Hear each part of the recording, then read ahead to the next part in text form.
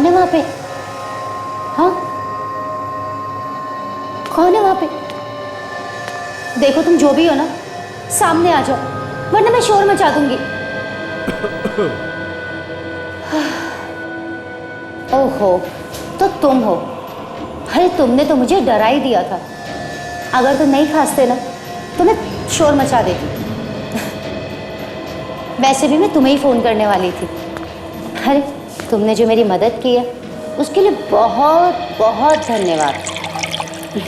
तुम्हारी मदद के बिना ना सिद्धार्थ को ठिकाने लगाना बहुत ही मुश्किल काम था। एक अच्छे दोस्त होने का फर्ज निभाया है तुमने। देखो ना, हमारा काम भी हो गया और किसी को पता भी नहीं चला। बहुत बहुत स्वागत है आपका नुपुर जी।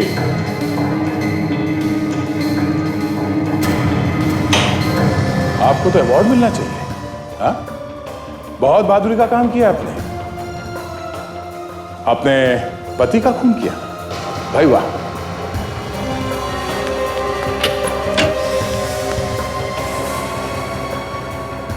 बहादुर लोग कायरों की तरह नहीं भागते, समझे? बाप चाहे कितना भी छुपा लो, एक न एक दिन जुबान पे आ ही जाता है, जैसे तुम्हारे जुबान पे आ गया।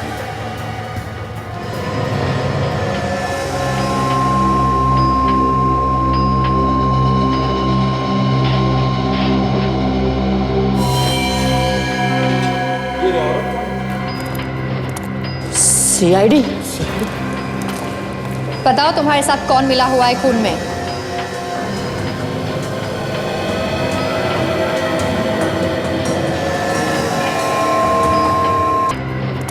CID?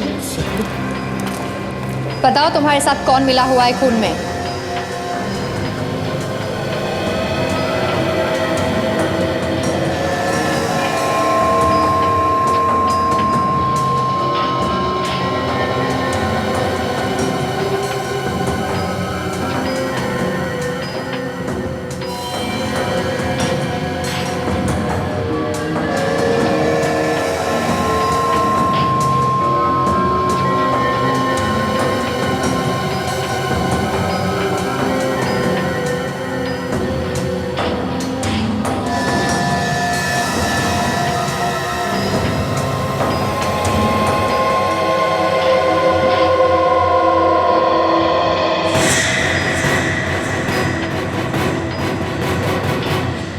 अभी भी भागता है, हा?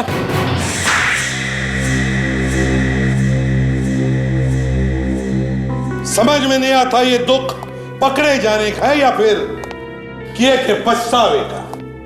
दोनों का ही दुख है सर। खून करने का भी दुख है और पकड़े जाने का तो है ही। ये तुम्हें कैसे मालूम पड़ा फ्रेडी? दोनों आंखों से आंसू बह रहे सर। हाँ, ये बात तो है, ये बात तो है। अब रोना धोना बंद करो, तो सच सच बताओ, बताओ क्यों मारा तुमने अपने पति सिद्धार्थ को? पति मत कहिए उसे मेरा, वो तो सिर्फ नाम का पति था। असलियत में तो वो हैवान था, हैवान। अपने पति को हैवान कह रही हो? शर्म नहीं आती तुम्हें? हैवान को हैवान बोलने में कैसी शर्म। अरे दिन रात मारता रहता था वो मुझे। उसने मेरी जिंदगी हराम कर दी थी। पर वजह क्या थी तुम्हें मारने की? क्या मालूम, बिना बात की मारना पीटना शुरू कर देता था। मैं तो बहुत दिनों से रास्ता ढूंढ रही थी, उससे छुटकारा मिल जाए। और इसलिए तुमने अपने दोस्त उमंग को अपने प्लान में मिला लिया। राजेश को पैसे का लालच दिखाया और उसे वार्ड बॉय बनाकर हॉस्पिटल में भेज दिया, है ना?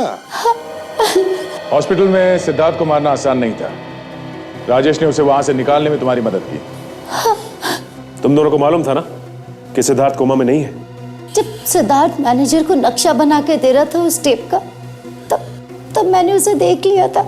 वही टेप ना जिसमें तुम्हारी और उमंग की बातें रिकॉर्ड है सिद्धार्थ का खून करने के बारे में। हाँ, मगर वो मैनेजर बेवकूफ निकला। वो सिद्धार्थ की बात को समझ ही नहीं सका। और जैसे ही तुम्हें टेप मिला, तुमने सिद्धार्थ का काम तमाम कर दिया।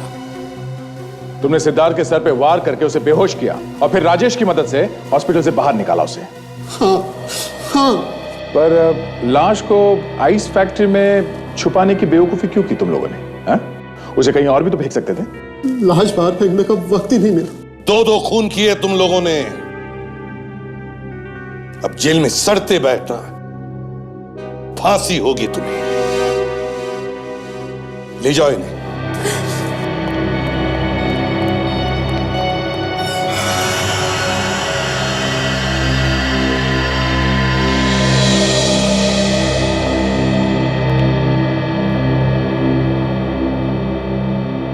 अभिजीत, तुम? मुझे आप लोगों से कुछ बात करनी थी। क्या? आपका कुछ सामान है मेरे पास, उसे लौटाने आया हूं।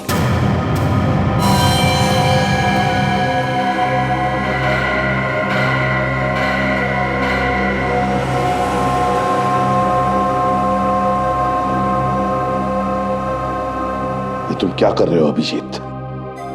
कुट कुट के जीने से अच्छा है सर कि मैं सीआईडी ही छोड़ दूं। तुम सीआईडी छोड़ रहे हो? जी हाँ। अभिजीत, घर जाओ और जरा ठंडे दिमाग से सोचो। अब मुझे और कुछ भी नहीं सोचना है। अभिजीत, 13 साल हो गए मुझे सीआईडी में काम करते हुए, तुम्हारे साथ काम करते हुए। मैंने आज तक कभी तुमसे कुछ नहीं मांगा, मगर आज मांग रहा हूं।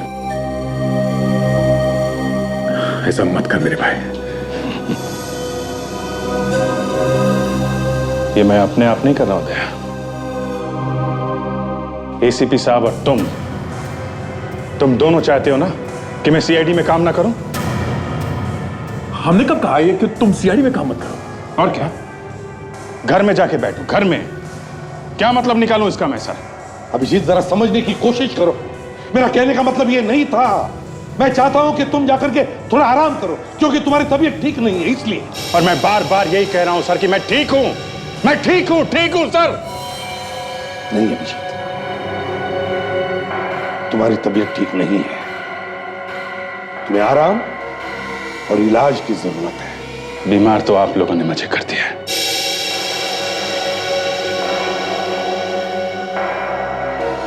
मैं ठीक हूं सर। अभिजीत,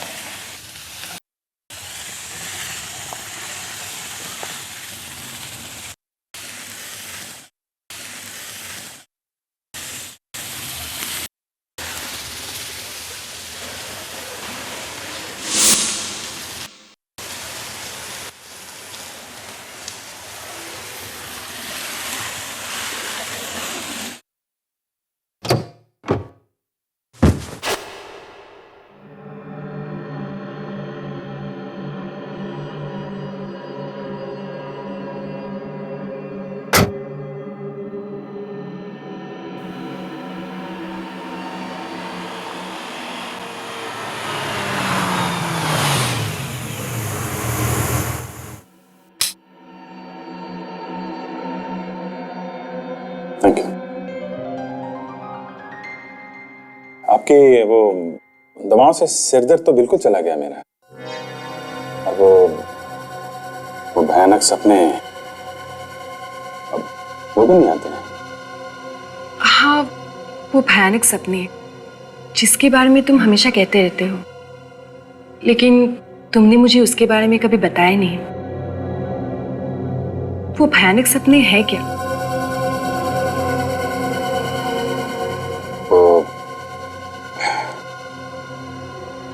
एक्चुअली देखो अभिजीत, मुझ पे भरोसा रखो। बताओ मुझे, वरना मैं तुम्हारा इलाज कैसे करूंगी? ये बात मैंने किसी को बताई नहीं है अभी तक। मैं सपने में अपने आप को देखता हूं। मैं देखता हूं कि मैं किसी का खून कर रहा हूं।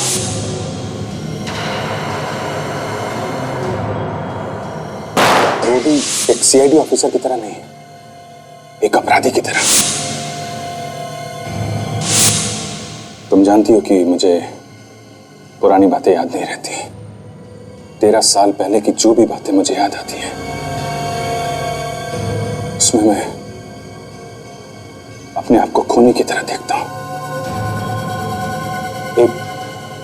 एक सीआईडी ऑफिसर जो पहले अपराधी था।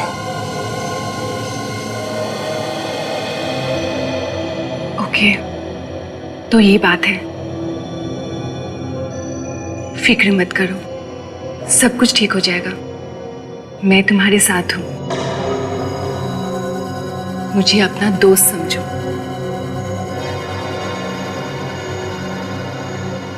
दोस्त?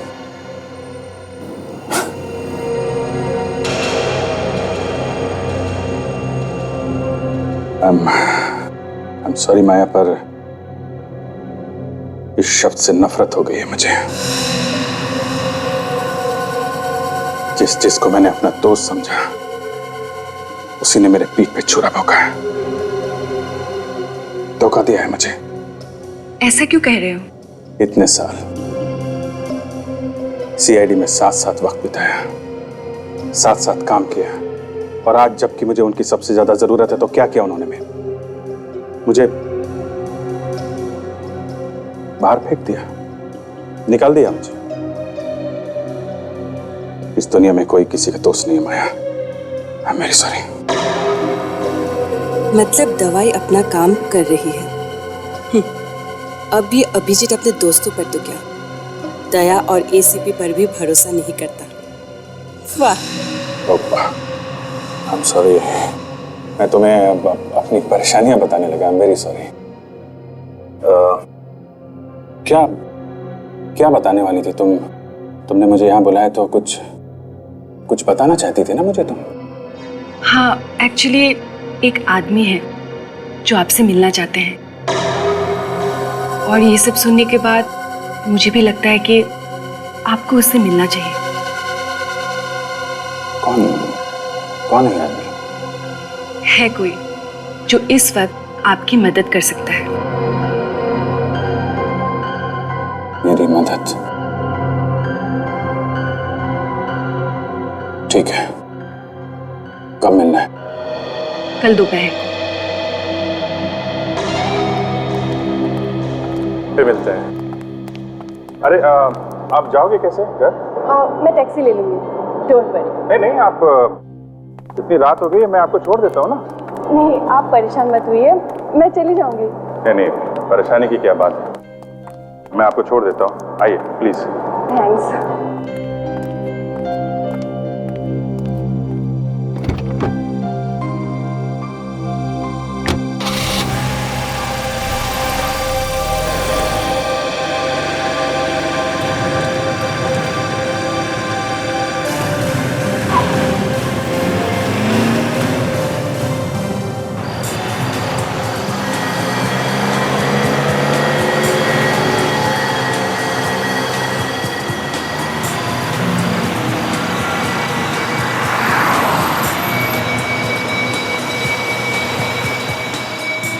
तुम्हें अंदाजा भी नहीं है अभिजीत कि ये दवाइयाँ क्या असर करने वाली है। अगर सब हमारे प्लान के हिसाब से चला तो तुम अपने हाथों से सीआईडी को बर्बाद कर दोगे।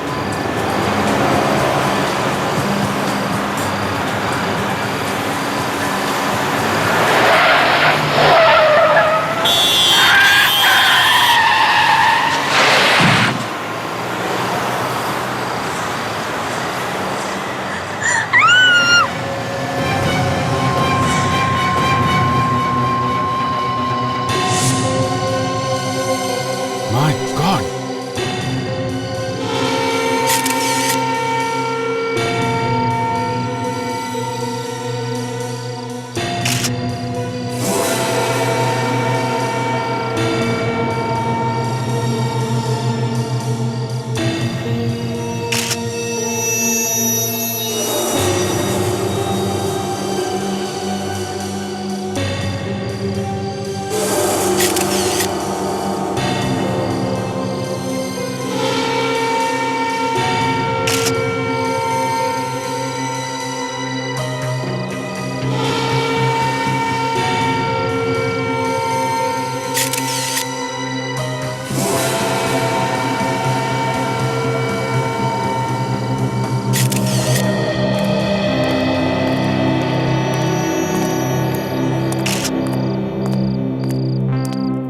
सर, शरीर अभी भी गर्म है। शायद थोड़ी देर पहले मौत हुई है और उसके गर्दन पे रस्सी का निशान है।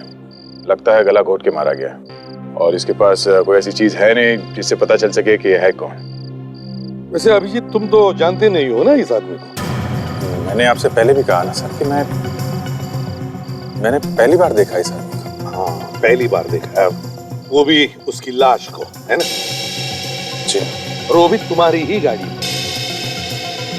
जी हाँ, गाड़ी तो मेरी ही है, लेकिन सर मैंने कहा ना कि मुझे पता नहीं चला सर ये लाश अंदर कैसे आ गई। है ना, बड़ी अजीब बात है कि अभिजीत की गाड़ी की पिछली सीट पर एक लाश थी और अभिजीत को दिखाई नहीं पड़ी। मैंने ध्यान नहीं दिया सर। और तुमने बताया कि जब तुमने गाड़ी होटल में पार्क की थी तब तो इलाज गाड़ी में नहीं थी। सर अगर उस वक्त पता चल जाता तो मैं आप लोगों को उसी समय फोन कर देता। हाँ, अच्छा, तुम वहाँ उस होटल में कितनी देर तक थे? हम लोग रात 11:30 से करीब 1:30 बजे तक थे। 11:30 बजे से 1:30 बजे तक?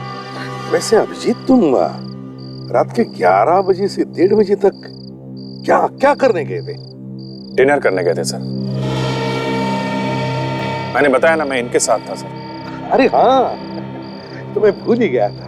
ये तुम्हारी नई दोस्त है ना, माया? वैसे अब तो कभी बताया नहीं इनके बारे में। सर ये नई दोस्त है या पुरानी, इससे आप लोगों को कुछ नहीं लेना देना है। लेना देना है अभिजीत, अब क्या करें, लेना देना है। क्योंकि जब ये लाश तुम्हारी गाड़ी में मिली तब ये तुम्हारे साथ में थी, गाड़ी में। और अजीब बात यह कि इसने भी लाश को नहीं देखा। सर आप इसको बीच में मत घसीटिए। मैं आपको बता रहा हूँ ना, लाश के बारे में जो कुछ मालूम है मैं आपको बता रहा हूँ। अभिजीत, एक मिनट, अगर तुम लाश के बारे में सब कुछ बता रहे हो तो ये बताओ, ये लाश तुम्हारे बंद गाड़ी में आई कहां से और कैसे? सर वो हो सकता है कि गलती से कार खुली रह गई हो और किसी ने लाश उसमें रख दी। अरे अभिजीत, तुम तो एक सीआईडी ऑफिसर रह चुके हो और इतनी बड़ी गलती? उसका तुम पता लगा ही लेंगे। लाश को फॉरेंसिक लैब भेज दो, हम लूनी इंटरनेशनल होटल चलते हैं। Yes sir.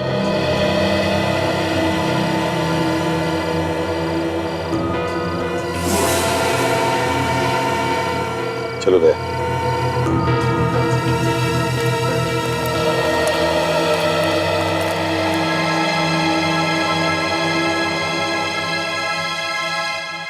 फोटो को ध्यान से देखिए। बताइए, इस आदमी को आपने कहीं देखा है? नहीं सर। आप में से किसी ने? ध्यान से देखिए। नहीं सर। आपने देखा है? आपने? मैनेजर साहब, आप बताइए, आपने देखा है इस आदमी को? जी नहीं, मैंने इसे कभी नहीं देखा सर। सर आपको कोई गलतफहमी हो रही है। देखिए, हमारे होटल में ये खून खराबे जैसी उल्टी सीधी हरकतें नहीं होती। यहाँ सिर्फ शरीफ लोग ही आते हैं। क्या शरीफ लोग गलतियां नहीं करते? मान लिया कि तुम जानते नहीं हो इस आदमी को, देखा तो होगा। सर मैंने कहा ना सर, ये आदमी हमारे होटल में कभी आया ही नहीं। इस आदमी का खून होकर सिर्फ 3-4 घंटे हुए हैं। उसके बाद उसकी लाश को आपके होटल में पार्किंग लॉट में एक बड़ी गाड़ी में डाला गया, समझे? सर हो सकता है कि जिसकी गाड़ी से ये लाश बरामद हुई है, खून उसी ने किया हो। जितना पूछा है ना उतना ही जवाब दो, समझे? ज्यादा दिमाग चलाने की जरूरत नहीं है। लाश आपके होटल के पार्किंग लॉट में मिली है, आपके होटल के।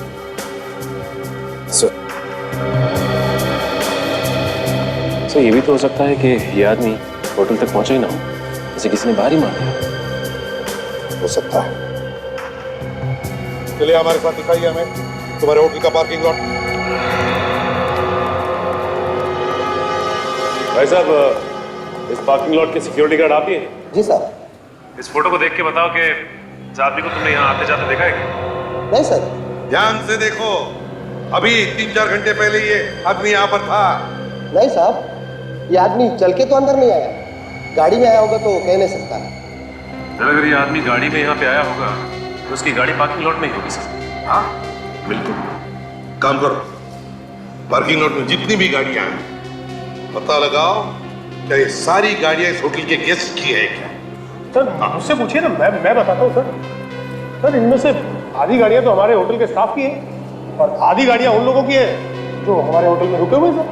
तो सचिन, मैनेजर साहब के साथ जाओ और होटल में जितने भी गेस्ट हैं सबसे जाकर के पता लगाओ कि उनकी कौन सी गाड़ियां हैं। चलिए। सर ऐसा भी हो सकता है कि मरने वाला आदमी और खूनी एक साथ ही होटल में आए हो, एक ही गाड़ी में। क्या तुम कहना क्या चाहते हो, जल्दी बता। तो फिर खूनी ने यहाँ पे उस आदमी का खून कर दिया और खून करने के बाद उसकी लाश को अभिजीत सर की गाड़ी में डाल दी और फिर यहाँ से भाग गए। हो सकता है उन्हीं ने लाश को अभिजीत के गाड़ी में डाला और यहाँ से भाग गया, लेकिन अपनी गाड़ी में विवेक, अपनी ही गाड़ी में। होटल के अंदर जितनी भी गाड़ियां आती जाती हैं उन सब के नंबर नोट करते हो तुम? हाँ साहब, सब कुछ लिखा हुआ है। विवेक रजिस्टर चेक करो, देखो पिछले 3-4 घंटों में कितनी और कौन सी गाड़ियां अंदर बाहर।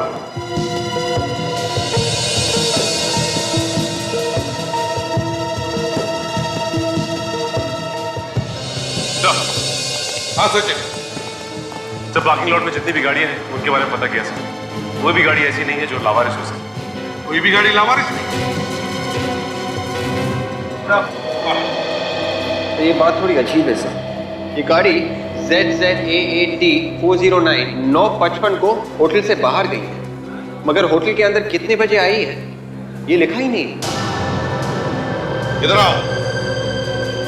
गाड़ी का बाहर जाने का टाइम लिखा है मगर अंदर आने का क्यों नहीं? इसका एक ही मतलब हो सकता है कि तुम ड्यूटी पर नहीं थे। नहीं साहब, ऐसा नहीं हो सकता। तो फिर ये कैसे हुआ? जब से मैं ड्यूटी पे आया हूँ तब से लेकर अब तक एक पल के लिए भी नहीं लाऊं साहब, कसम से। सब इतना ही नहीं, वही गाड़ी ये ZZA8D 409 दोबारा होटल में आई 12:10 को और 1:05 को होटल से बाहर निकली। एक मिनट, ZZ8K M527 ये 8:25 में पार्किंग लॉट में आई, लेकिन सर ये गाड़ी पार्किंग लॉट से बाहर गई नहीं और ये गाड़ी तो पार्किंग लॉट में है भी नहीं सर। है ना कमाल की बात। एक गाड़ी ZZA8D 409 पार्किंग लॉट में एक बार अंदर आती है मगर 2 बार बाहर जाती है, 2 बार, लेकिन एंट्री अंदर आने की सिर्फ एक।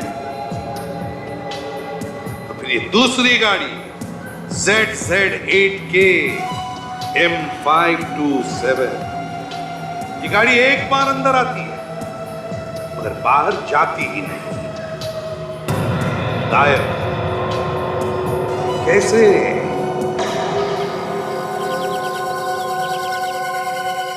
और कितनी देर इंतजार करना पड़ेगा? कब आएगा वो आदमी? अब बस आता ही होगा। तूने बताया नहीं कि है कौन ये आदमी? और वो आने ही वाला है, आप खुद ही पूछ लेना। अच्छा, कम से कम ये तो बता दो करता क्या है और मुझसे क्यों मिलना चाहता है? एक्चुअली सब कुछ वही बताएगा।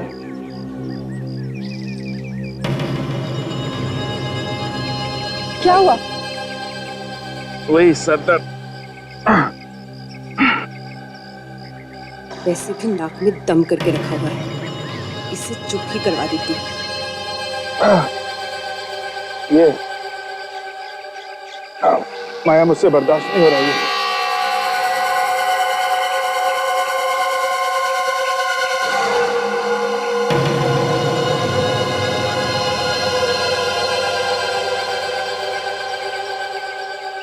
ये लीजिए, ये दवाई ले लीजिए, ठीक हो जाएगा।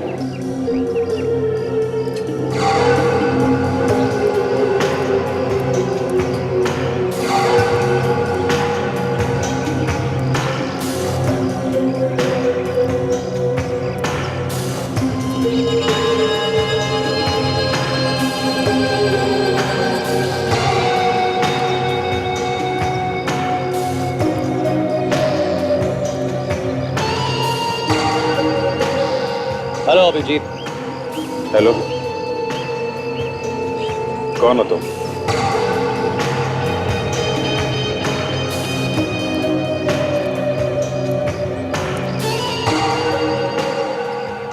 पूछताछ की आदत जाएगी नहीं तुम्हारी। हाय, अमित नाम है मेरा। अमित, क्या बात है? क्यों मिलना चाहते हो मुझसे तुम? माया ने मुझे बताया कि पिछले दिनों तुम्हारे साथ क्या हुआ। सुनकर बहुत तकलीफ हुई। सालों की सीआईडी की वफादारी काम नहीं आई तुम्हारी। उन्हीं लोगों ने तुम पर शक किया जिन पर तुमने सबसे ज्यादा भरोसा किया। माया, मैंने तुम्हें दोस्त होने के नाते ये सब बताया, पर तुम सारी दुनिया में ढिंडोरा पीट रही हो, हैं?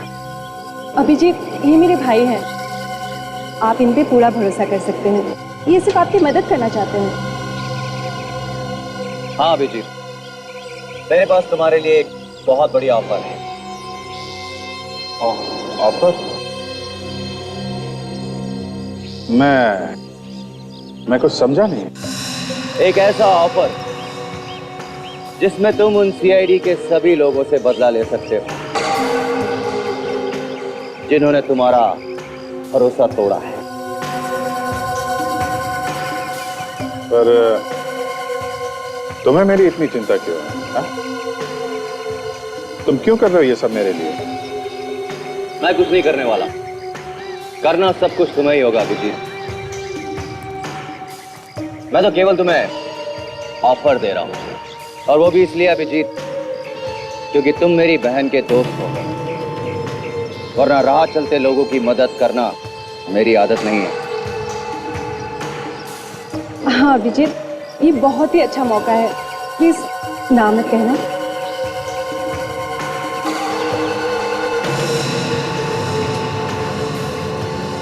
नहीं, मतलब इतना बड़ा डिसीजन मुझे सोचने के लिए थोड़ा वक्त चाहिए। मैं ये फैसला अभी नहीं कर सकता। देखो अभिजीत, मेरे पास फालतू वक्त नहीं है। तुम्हारे पास आज का दिन है। जितना सोचना है सोच लो।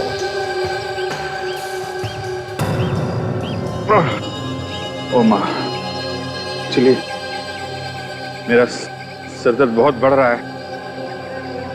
मुझे थोड़ा आराम चाहिए। मैं अभी जाता हूँ। अभिजीत, यहाँ पास में एक जगह है, आप आराम कर सकते हैं। चलिए, मैं आपको लेके चलती हूँ। मैंने तुम्हें कहा था ना अभिजीत के पर नजर रखने के लिए। हाँ? उसे कोई भी जरूरत हो तो मुझे बताना। कहा था कि नहीं? अभिजीत के बारे में कुछ भी पता चले तो फौरन मुझे फोन करना। हाँ, मैं जानता वो ठीक है, मगर आजकल काफी परेशान रहता है। पता नहीं क्या कर बैठेगा। मैं तुम्हें बाद में फोन करता हूँ। क्या हुआ, क्या पता चला?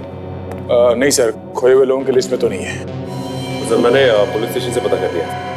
इन 24 घंटों के अंदर किसी के भी लापता होने की कोई रिपोर्ट नहीं निकलेगी। और सर, हमारे रिकॉर्ड के सारे क्रिमिनल्स के साथ उसके उंगलियों के निशान मिलाकर देखें, ये उसमें भी नहीं है सर। नहीं है। ये है कौन? सर, आरटीओ से आ रहा हूं सर। दोनों गाड़ियों के रजिस्ट्रेशन नंबर के बारे में पता लग गया। जो गाड़ी होटल में एक बार अंदर आई थी और 2 बार बाहर गई थी, उसकी नंबर प्लेट नकली है सर। ऐसा कोई रजिस्ट्रेशन है ही नहीं। नकली नंबर प्लेट? और वो दूसरी गाड़ी जो अंदर आने के बाद बाहर गई नहीं? दूसरी गाड़ी एक कार रेंटल कंपनी की गाड़ी है sir, A to Z agency. ये लोग किराए पे कार देते हैं। किराए पर ली हुई गाड़ी, A to Z car rental agency. ZZ8KM527 number की गाड़ी किसने आपके यहाँ से किराए पर ली थी? जी सर, किराए पर तो जरूर दी गई थी, पर वो कार तो वापस आ चुकी है। वापस आ गई? कब? सर, आज सुबह ही। कौन वापस लेकर आया था गाड़ी? सर पता नहीं, जब सुबह मैं यहाँ पर आई तो ये गाड़ी पहले से ही यहीं पे थी और इसकी चाबी भी इसके अंदर ही लगी हुई थी। ये कैसे हो सकता है? किसी को बिना बताए कोई गाड़ी छोड़ के कैसे जा सकता है? हो सकता है आपका ड्राइवर छोड़कर गया होगा। नहीं सर, इस गाड़ी के साथ कोई ड्राइवर नहीं था। और ये हमारे किसी रेगुलर कस्टमर ने मंगवाई थी। रेगुलर कस्टमर ने? है कौन ये रेगुलर कस्टमर? एक सेकंड सर, मैं चेक करके बताती हूँ। जल्दी।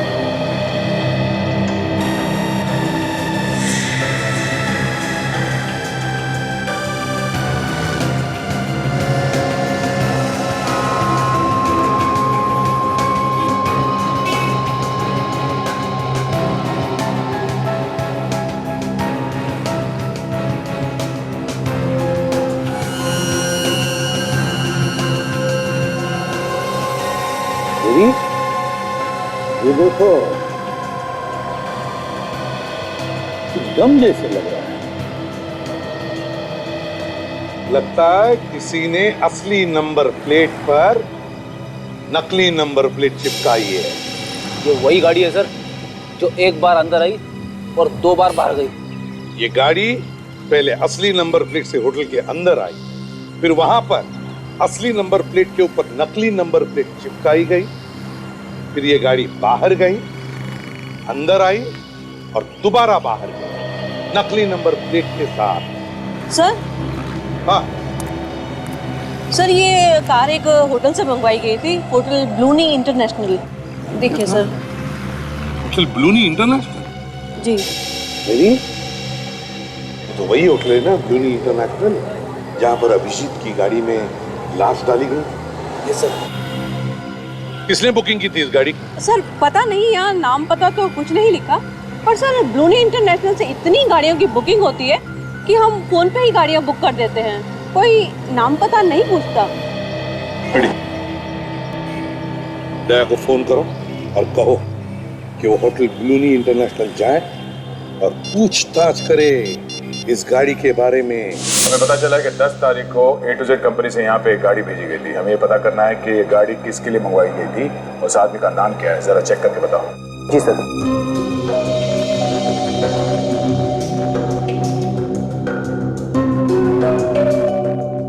तारीख को नहीं सर।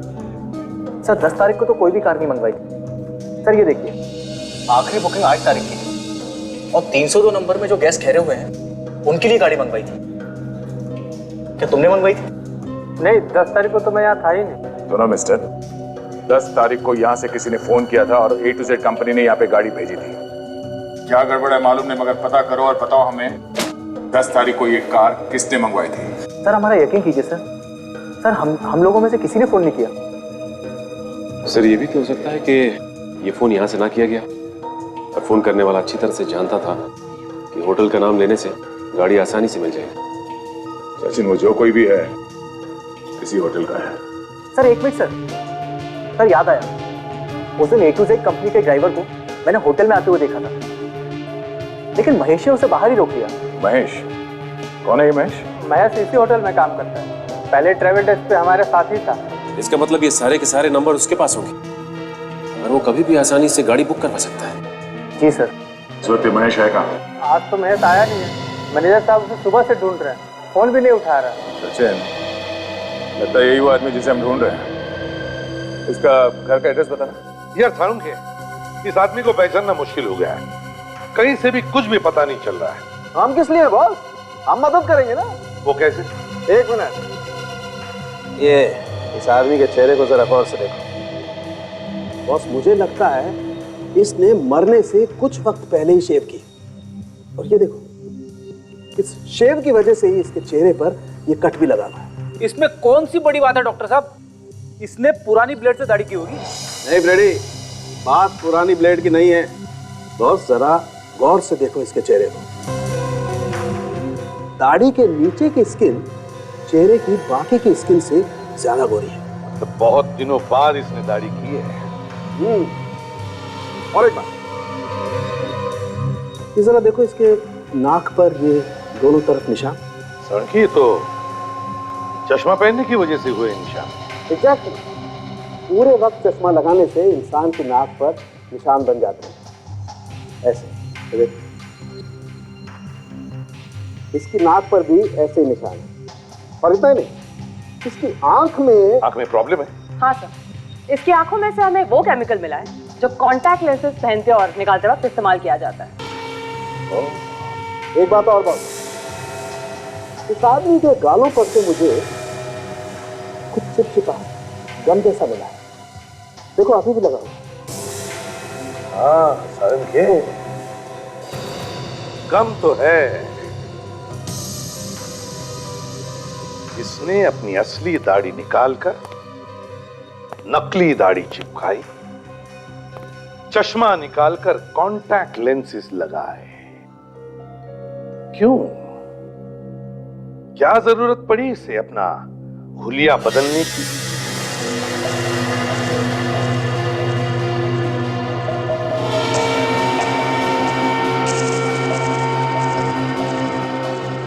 पूरा घर उलट पुलट कर दिया।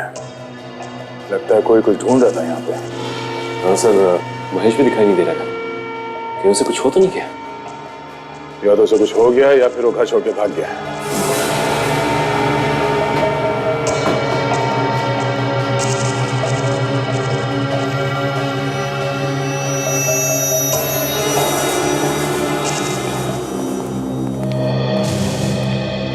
अब जरा ध्यान से देखिए इन फोटोग्राफ्स को, गौर से देखिए और बताइए, क्या यह आदमी यहां आपकी होटल में किसी कमरे में ठहरा था? देखिए जरा ध्यान से। हाँ सर, मैंने इसे यहाँ देखा है। हाँ सर, मैंने भी देखा है। देखा है तो फिर जल्दी बताओ, कौन से कमरे में ठहरा था ये? सर मुझे नहीं लगता ये यहाँ होटल में ठहरा हुआ था। मैंने इसे लॉबी में घूमते हुए देखा है। पूरे यकीन के साथ कह सकती हो? हाँ सर, क्योंकि इसने यहाँ पर कोई भी कमरा बुक नहीं करवाया था। क्या फिर और कुछ याद आता है इस आदमी के बारे में? इसने रिसेप्शन से एक फोन किया था। किसे किसे फोन किया था? आई थिंक वो अखाज एयरलाइंस में फोन किया था। क्या बात कर रहा था वो, कुछ सुना तुम? सर ये पूछ रहा था कि 4:30 बजे की दिल्ली की फ्लाइट टाइम पर है या नहीं। दिल्ली की 4:30 बजे की फ्लाइट टाइम पर है क्या नहीं? अखाज एयरलाइंस।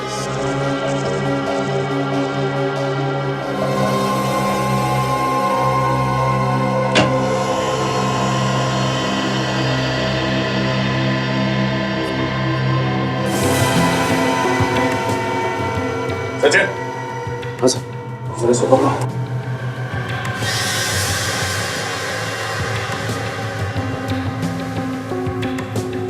मर चुका है सर।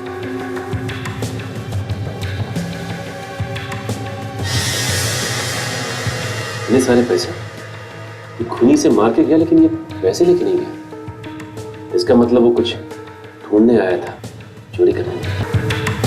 ये देखिए, इसका लाइसेंस है। ये महेश ही है।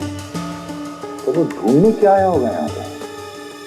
तो हो सकता है महेश ने जो छुपाया हो वो खूनी को मिला ही ना हो। एक काम करते हैं, हम भी इस घर की तलाशी लेते हैं। शायद हमें वो चीज मिल जाए जो उस खूनी को नहीं मिली।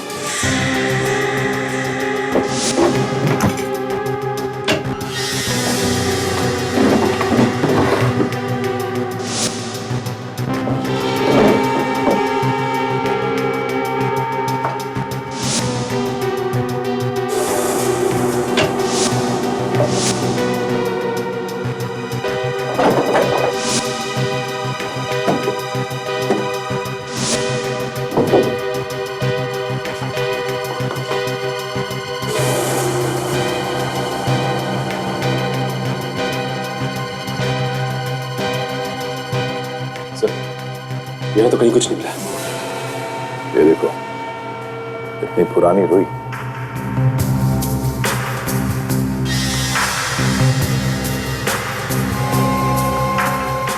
ये देखिए, गद्दे का ये वाला पार्ट अलग धागे से सिला गया।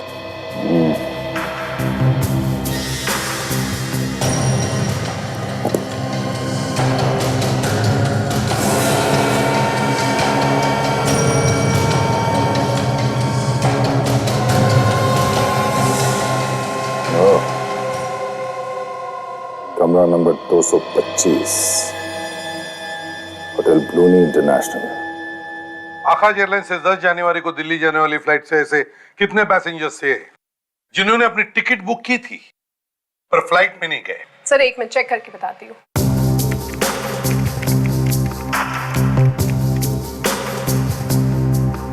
सर तो 7 पैसेंजर्स ऐसे हैं जिनकी सीट्स तो कंफर्म थी पर वो आए नहीं। तो क्या उन 7 पैसेंजर्स ने अपने पैसे वापस मांगे?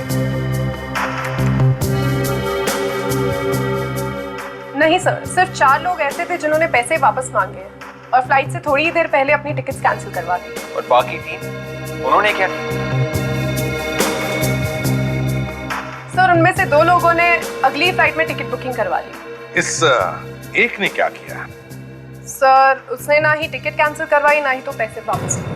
ओह, क्या नाम क्या है इसका? है कौन ये? सर मिस्टर कुमार है कोई, उनका पासपोर्ट नंबर लिखा है। सर वो यहाँ के नहीं नायरोबी से आए हैं। मतलब एनआरआई था? कुछ लिखा है उसके बारे में? सर उनका टिकट नायरोबी से मुंबई का था और फिर यहाँ से वो दिल्ली जाने वाले थे। अगर ये दिल्ली जाने वाला था तो फिर मुंबई में क्यों रुका? सर उनका फोन आया था, वो बता रहे थे कि नायरोबी से आने के बाद वो 8 घंटे मुंबई में रुकेंगे और फिर यहाँ से दिल्ली जाएंगे। 8 घंटे वो मुंबई में रुकने वाला था और फिर दिल्ली जाने वाला था। अच्छा, करने वाला क्या था वो 8 घंटे मुंबई में? किसी होटल में रहने वाला था क्या? कोई नाम वाम दिया है उसने? नहीं सर, होटल के बारे में तो नहीं पर उनके वापसी की टिकट के बारे में लिखा हुआ है। क्या? सर 1 हफ्ते बाद वो दिल्ली से हांगकांग जाने वाले हैं। 1 हफ्ते बाद दिल्ली से हांगकांग जाने वाला था? अच्छा, मिस्टर कुमार, नायरोबी वाला। इस कुमार की पूरी जन्म पत्रिका चाहिए मुझे।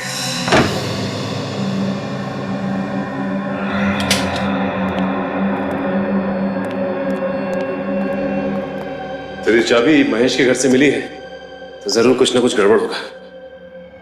देखते हैं ऐसा क्या है इस कमरे में जिसकी वजह से महेश ने अपनी जान दे दी।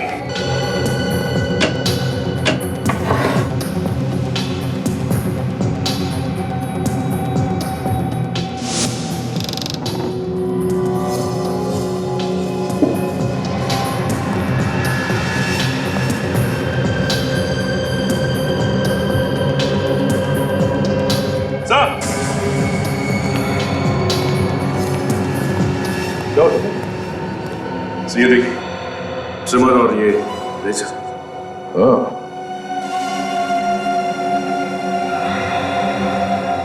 मतलब यहाँ पे कोई तो था जिसने शेविंग भी की है और ये ट्रिमर भी इस्तेमाल किया है। आप तो कह रहे थे कि यहाँ पे ये कमरा किसी को दिया नहीं गया? हाँ, ये क्या?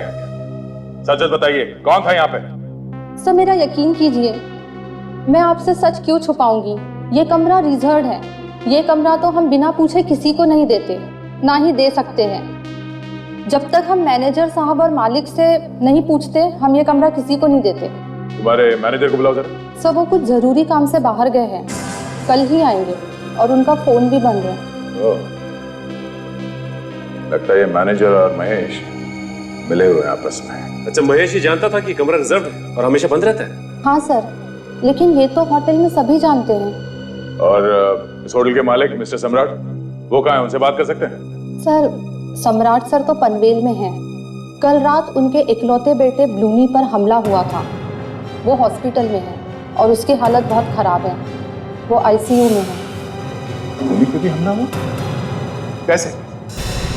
अच्छा, तो कुमार पैसे लेता था खून करने के लिए? Contract killer? हाँ सर, नायरोबी पुलिस ने पक्की खबर दी है सर कि कुमार एक बहुत ही पहुंचा हुआ सुपारी किलर था सर। वो कभी भी कहीं पे भी कोई भी सबूत नहीं छोड़ता, इसलिए वो आज तक गिरफ्तार नहीं किया जा सका था। सर, नायरोबी का कॉन्ट्रैक्ट किलर यहाँ मुंबई में क्या करने आया होगा, और वो भी सिर्फ 8 घंटे के लिए? किसी को मारने के लिए आया होगा वो फ्रेडी। अगर नसीब खराब, खुद ही मारा गया। पर सर कुमार अपनी असली दाढ़ी मूंछ और चश्मा निकाल के नकली दाढ़ी मूंछ और कॉन्टैक्ट लेंसेज क्यों पहनेगा? उसे तो यहाँ पे कोई पहचानता नहीं होगा। विवेक, उसने अपनी दाढ़ी मूछे हटाकर कॉन्टैक्ट लेंस इसलिए लगाया होगा कि खून करते वक्त अगर उसे कोई देख ले तो उसे पहचान न ले उसके असली रूप में। और फिर उसने ये भी प्लान किया होगा कि खून करने के बाद वो दिल्ली चला जाएगा अपने असली रूप में। असली रूप में मतलब नकली दाढ़ी और मूछे लगाकर, चश्मा लगाकर। और फिर ये भी सोचा होगा कि जब 7-8 दिनों बाद उसकी दाढ़ी मूछें उगेगी तो हांगकांग चला जाएगा अपने असली रूप में। इतनी प्लानिंग के साथ आया है तो किसी बड़े काम के लिए आया होगा सर। हाँ, कोई बड़े काम के लिए ही आया होगा वो। पर सर उस रात तो शहर में ऐसा कोई भी हादसा नहीं हुआ और ना ही किसी बड़े आदमी पर कोई हमला।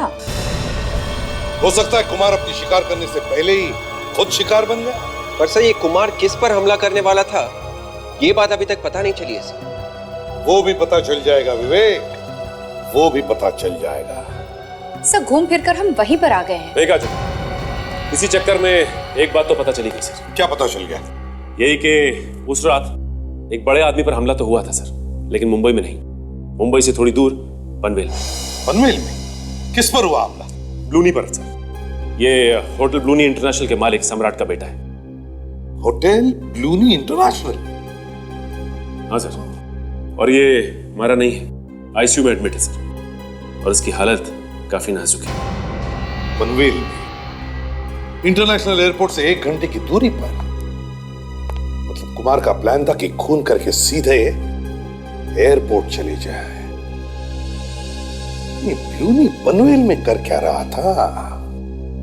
पनवेल में कर क्या रहा था?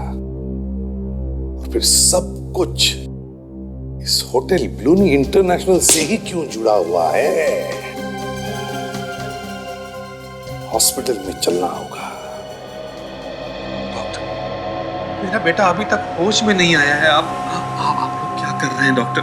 मिस्टर सम्राट, हम लोग अपनी तरफ से पूरी कोशिश कर रहे हैं डॉक्टर प्रकाश, लेकिन हमें कोई रिस्पांस नहीं मिल रहा है। डॉक्टर, ब्लूनी मेरा इकलौता बेटा है, प्लीज किसी भी कीमत पर बचाइए उसे। देखिए मिस्टर सम्राट, हम लोग जो जो कर सकते हैं वो कर रहे हैं। बी पेशेंस, धीरज रखिए, सब ठीक हो जाएगा।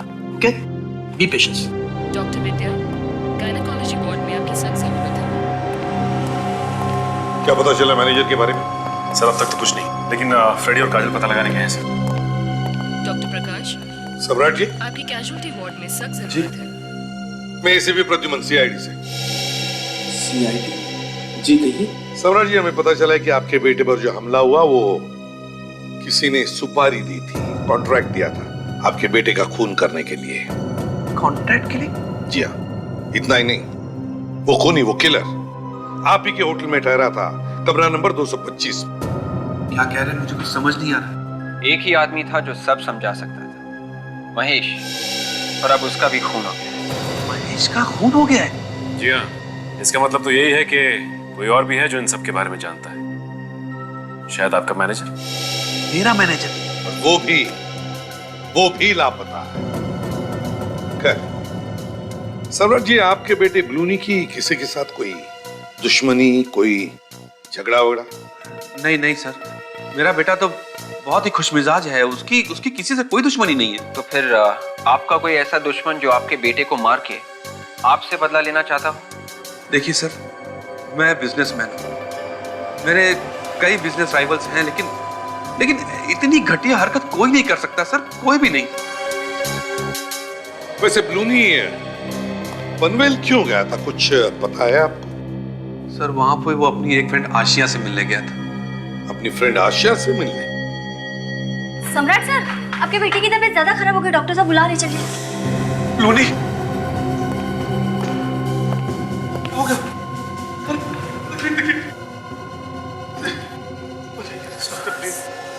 सम्राट जी अपने बेटे को लेकर काफी परेशान है सर।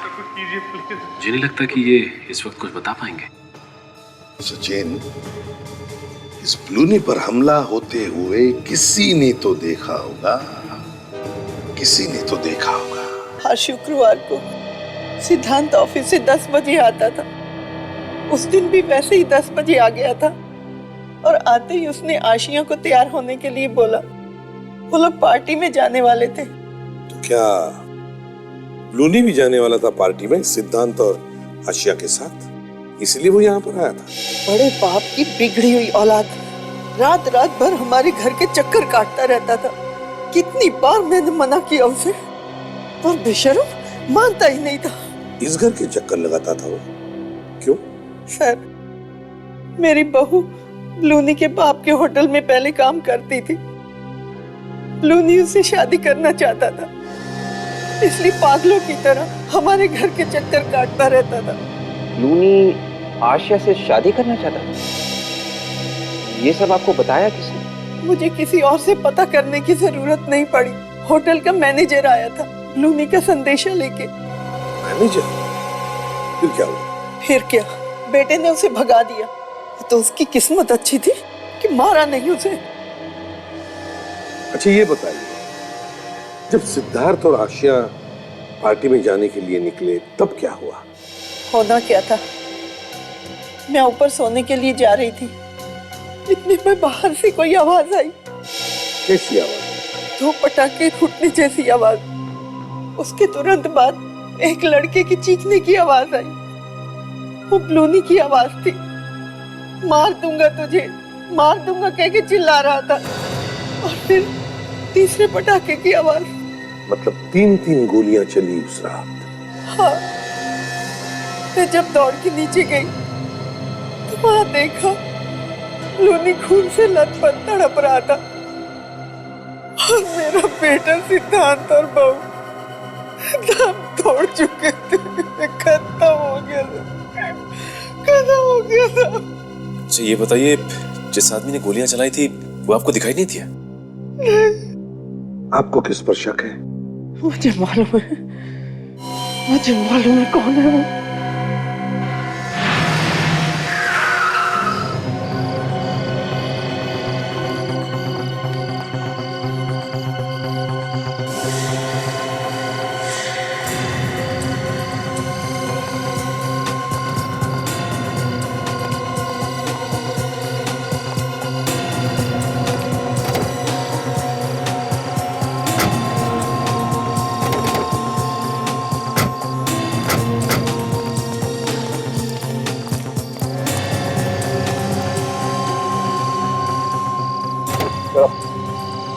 चलो बाहर निकलो।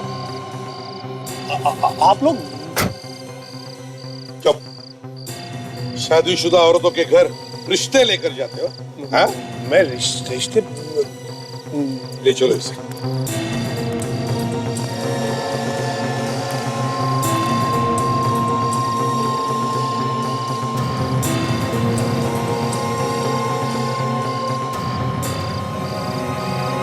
तुम्हें क्या लगा बच जाओगे?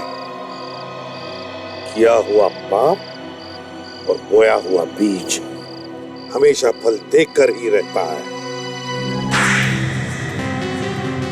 मिस्टर सम्राट, करोड़ों के होटल बिजनेस के मालिक, और ऐसी नीच हरकत क्यों किया तुमने? ये सब मैंने अपने बच्चे के लिए की, अपने बेटे ब्लूमी के लिए। उसने आज तक मुझसे जो मांगा वो चीज मैंने उसे लाके दी। लेकिन एक दिन उसने मुझसे कहा कि हमारे एक होटल की रिसेप्शनिस्ट आशिया से उसे प्यार हो गया। मैंने ब्लूनी को बहुत समझाने की कोशिश की, हर तरीके से कोशिश की, लेकिन वो नहीं माना। हार कर मुझे उसकी जिद माननी पड़ी। लेकिन वो लड़की आशिया शादीशुदा थी, इसलिए सबसे पहले मैंने उसे समझाया कि वो अपने हस्बैंड सिद्धांत को तलाक दे दे और मेरे बेटे से शादी करे। एक शादीशुदा लड़की को अपने बेटे से शादी करने के लिए समझाने पहुंच गए तुम? बेशर्मी की भी हद होती है। फिर क्या हुआ बताओ? मैंने आशिया को पैसों का लालच दिया, वो मान गई। लेकिन उसका पति सिद्धांत वो थोड़ा टेढ़ा निकला। वो किसी भी कीमत पर आशिया को तलाक नहीं देना चाहता था। इसलिए मैंने सोचा कि सिद्धांत को ही रास्ते से हटा दिया जाए। और इसीलिए तुमने नैरोबी से कुमार को बुलाया? हाँ, कुमार असली नंबर वाली गाड़ी से होटल में आया। होटल के कमरे में जाके उसने अपनी दाढ़ी मुझ साफ कर ली और इसी बीच महेश ने नकली नंबर प्लेट उस गाड़ी पर लगा दिया। लेकिन महेश को यह नहीं पता था कि कुमार एक खूनी है। नकली नंबर प्लेट वाली गाड़ी में बैठकर कुमार आशिया के घर की तरफ गया। सिद्धांत का खून करने के लिए ना।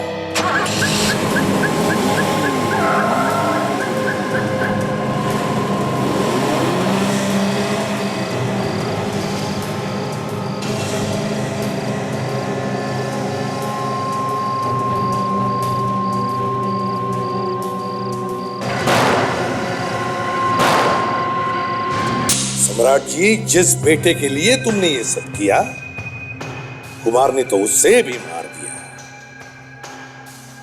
फिर क्या किया तुमने? मैंने कुमार को उसकी गलती की सजा दी।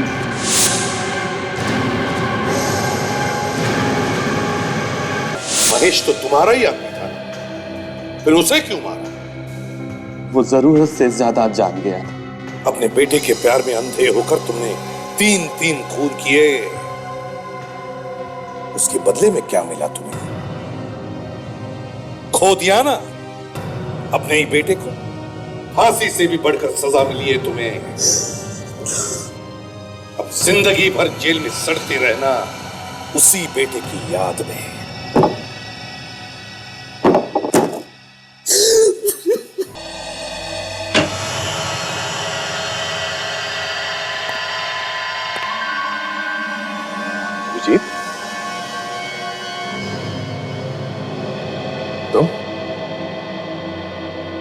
तुम यहां क्या कर रहे हो? यही बात मैं तुमसे पूछ रहा हूं। तुम यहां इस मेंटल हॉस्पिटल में क्या कर रहे हो अभिजीत? मेरे लिए सबसे अच्छी जगह यही है, मुझे यही होना चाहिए।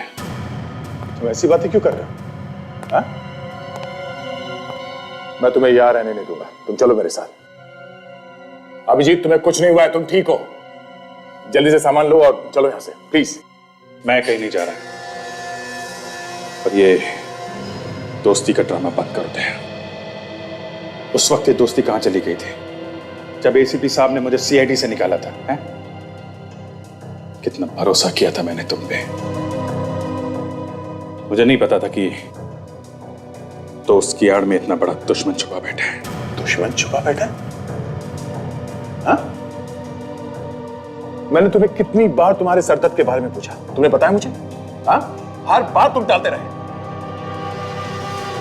और एसीपी साहब ने तुम्हें सीआईडी से निकाला नहीं है। वो चाहते हैं कि तुम आराम कर लो और फिर वापस आओ।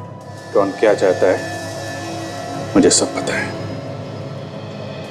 तुम्हें जो समझना समझ लो, मगर मैं तुम्हें यहां रहने नहीं दूंगा। तुम्हारा बैग का, चलो।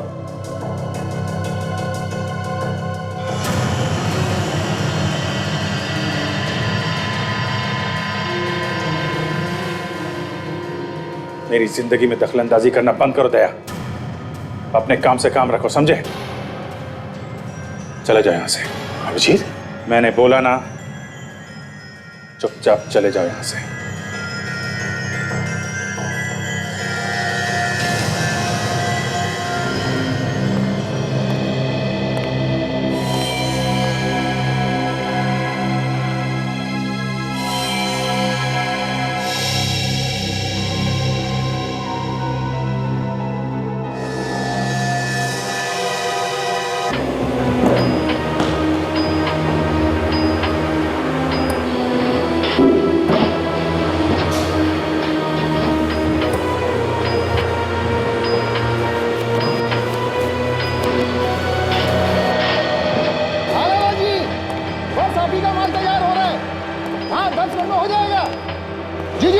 लोडिंग करवा दूंगा, आप बेफिक्र रहिए।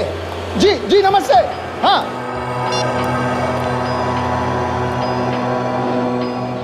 अरे यशपाल।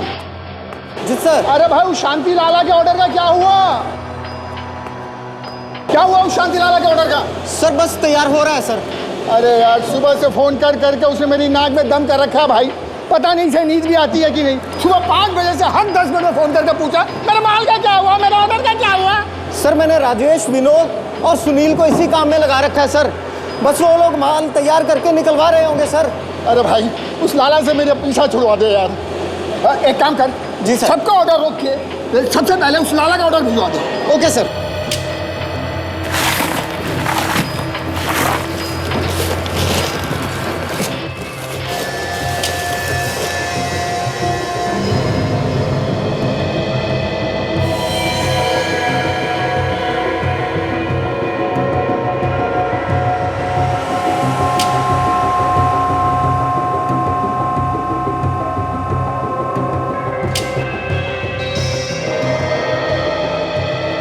अरे राजेश भाई, क्या हुआ?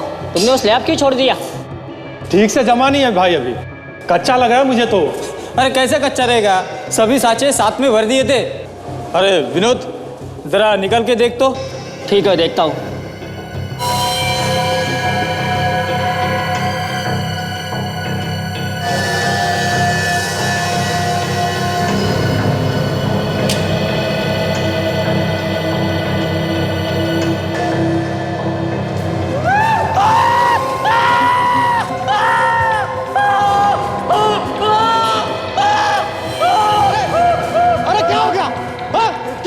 क्यों चिल्ला रहे हो? ये क्या शोर मचा रहे हो तुम सब लोग? ये क्या नाटक हो रहा है? काम क्यों नहीं कर रहे इस तरफ?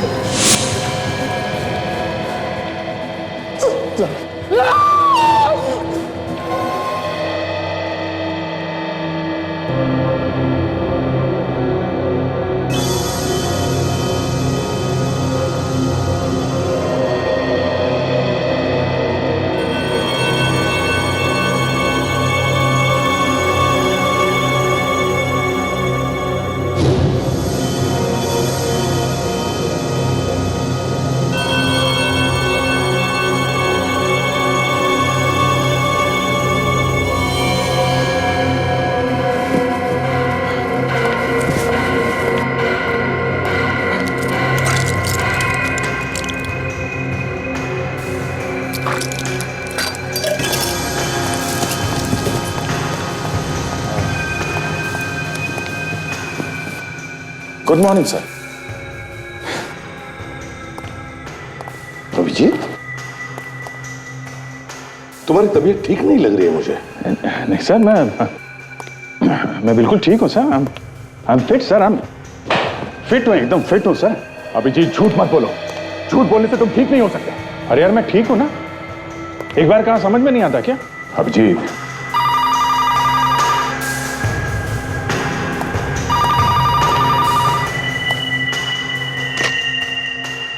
मतलब हाँ, इसे भी प्रद्युमन ही है। लाश मिली है? कौन सी आइस फैक्ट्री? ठीक है, हम लोग आते हैं।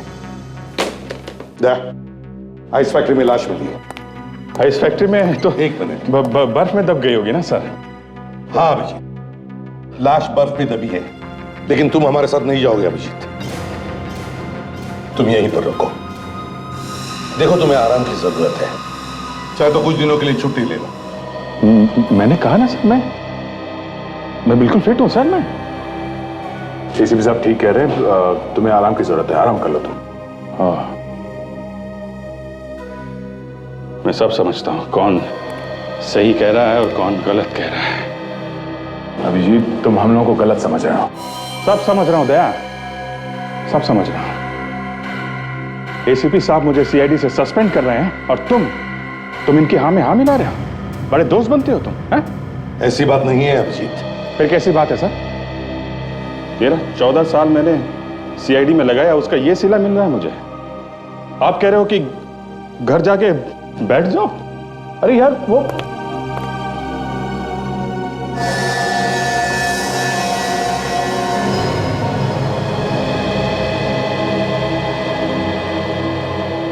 ठीक है सर, आप लोग जाइए, मैं रुकता हूं यहां पे। चलो दया।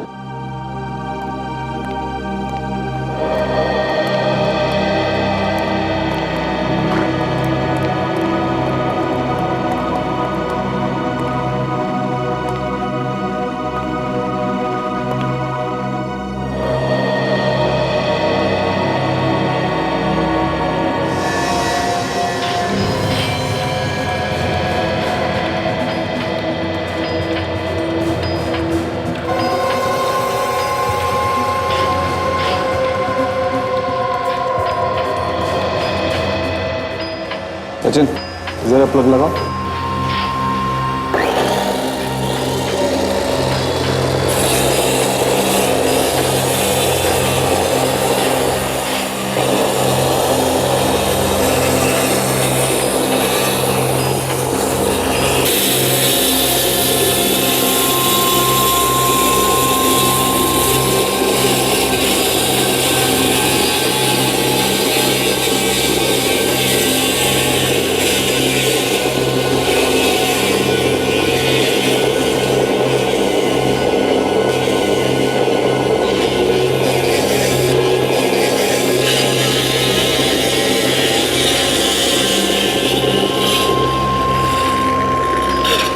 बर्फ को संभाल कर तोड़ो। संभाल गया।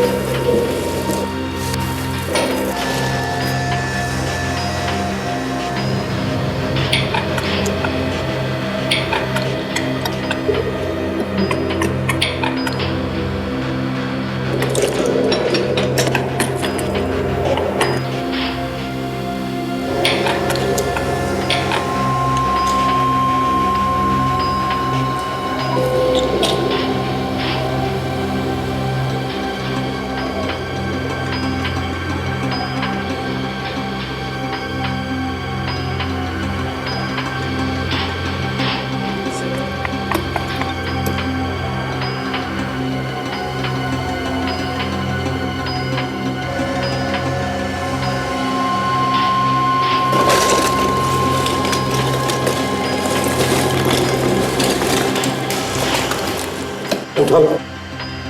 संभल के उठो। संभल के। सचिन,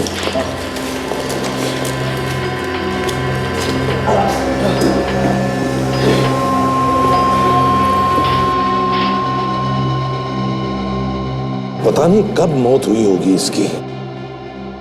लगता है कल परसों में ही डाला होगा, क्योंकि ज्यादातर बर्फ हर रोज निकाली जाती है। बात तो सही है। अरे एक बॉस, हाँ 1 मिनट इधर देखो जरा।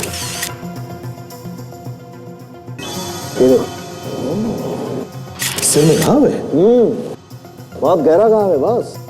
लगता है कोई भारी चीज है जिससे वार किया गया है, और शायद इसी वजह से इसकी मौत हुई है। सर इसका मतलब है किसी ने इसके सर पे वार किया और इस लाश को आइस फैक्ट्री में डाल दिया बर्फ बनने के लिए। इधर आओ जल्दी।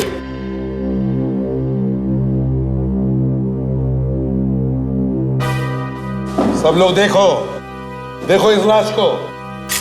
पहचानते हो इसे? कौन है ये? नहीं सर, मालूम नहीं कौन है। ध्यान से देखकर बताओ। नहीं सर, हम नहीं पहचानते। तो फिर है कौन ये? आया कैसे यहाँ पर? लाश का चलकर अंदर आ गई? लाश कैसे चल सकती है सर? तो फिर? सर इसके कपड़ों में से ऐसा कुछ भी नहीं मिला है जिससे इसकी पहचान हो सके। बस मैं लाश को फॉरेंसिक लैब ले जाता हूँ। ठीक है, जैसे कुछ पता चले मुझे बता दो। काजल, जरा गाड़ी का इंतजाम करो। सब लोग इधर आओ। सच सच बताओ। हम तो रात को फैक्ट्री में ताला लगा के घर चले गए थे। सब साँचों में पानी भी भर दिया था।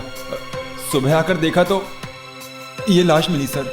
अच्छा ये बताइए कि इस बर्फ को जमने में कितना समय लगा? सर कम से कम 9 से 10 घंटे तो लग ही जाते हैं सर। 9 से 10 घंटे? सर इसका मतलब ये है कि इसे यहाँ पे रात में ही डाला गया है। हाँ मगर सचिन, बंद फैक्ट्री में लाश को अंदर लाया कैसे और किसने? हाँ? चाबी किसके पास होती है फैक्ट्री? चाबी तो मेरे पास ही रहती है सर, और सुबह दरवाजा भी मैंने ही खोला है सर। चाबी तुम्हारे पास होती है, सुबह फैक्ट्री का दरवाजा भी तुमने ही खोला। तो फिर अब तुम बताओ किसने मारा इसे? मैं कुछ नहीं जानता सर, पर मैंने खून नहीं किया सर इसका। तुमने खून नहीं किया तो फिर किसने किया खून? मैं कैसे बताऊं सर? अच्छा तो फिर ये बताओ, ये जो बर्फ की लादियां हैं जिस साँचे में तैयार होती है, उस साँचे में पानी कौन डालता है? कौन डालता है पानी तो हम चारों डालते हैं सर, यशवंत, राजेश, सुनील और मैं सर। सर हाँ, वॉचमैन बाहर खड़ा है, उससे भी पूछताछ करते सर। हाँ उससे भी करते हैं। जाइए जरा वॉचमैन को लेकर आओ। सर यशपाल, सुनील, राजेश और विनोद सर। विनोद, सच सच बता, ये आदमी कल रात को यहां पर आया था ना? उसके साथ तुम लोगों का झगड़ा हुआ और फिर तुम लोगों ने इसे मार डाला, हाँ या ना? क्यों? साहब हम गरीब लोगों को तो अपनी रोजी रोटी कमाने से फुर्सत नहीं है साहब। हम भला ऐसा क्यों करेंगे? ये लाश कहां पर मिली? तुम्हारे इस फैक्ट्री में। तो फिर कौन बताएगा? ये तुम ही बताओगे ना? कि क्या हुआ था यहां पर? सर,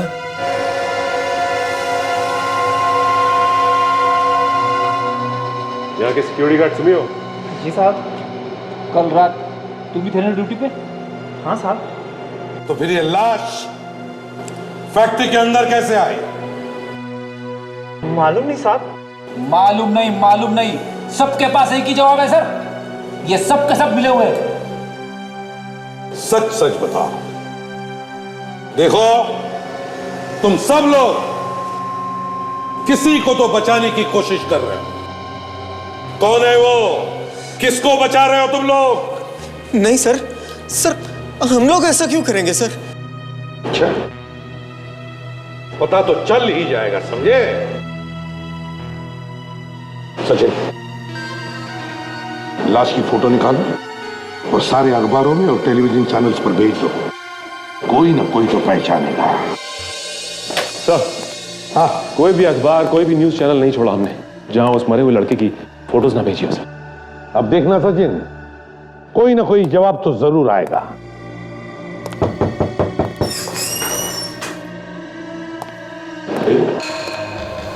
क्या कहा?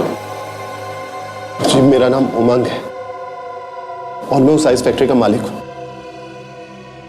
मुझे एसीपी साहब से मिलना है।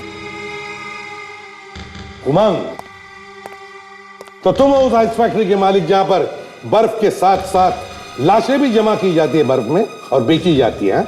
ये झूठ है सर। मेरी फैक्ट्री में ऐसा कोई भी गलत काम नहीं होता। मैं तो खुद हैरान हूं कि आखिर मेरी फैक्ट्री में वो लाश आई कहां से। अच्छा, तो तुमने लाश को देखा ही नहीं है ना?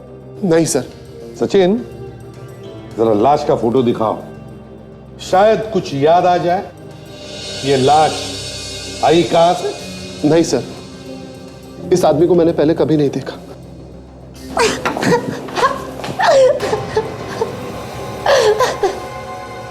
यहाँ ये आइए, बैठिए। देखिए, रोना बंद कीजिए। बोलिए, क्या बात है? प्लीज बताइए, क्या बात है? जिनका फोटो आपने न्यूज में दिया था, वो मेरे पति सिद्धार्थ है।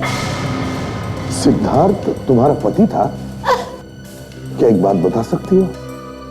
सिद्धार्थ का क्या किसी के साथ कोई झगड़ा था, कोई दुश्मनी? नहीं सर, वो तो देवता समान इंसान थे और जिस हालत पे वो थे, उनका कौन दुश्मन हो सकता है उसमें? किस हालत में? सर कोमा में थे। कोमा में? जी। कोमा में कैसे गए वो? हा?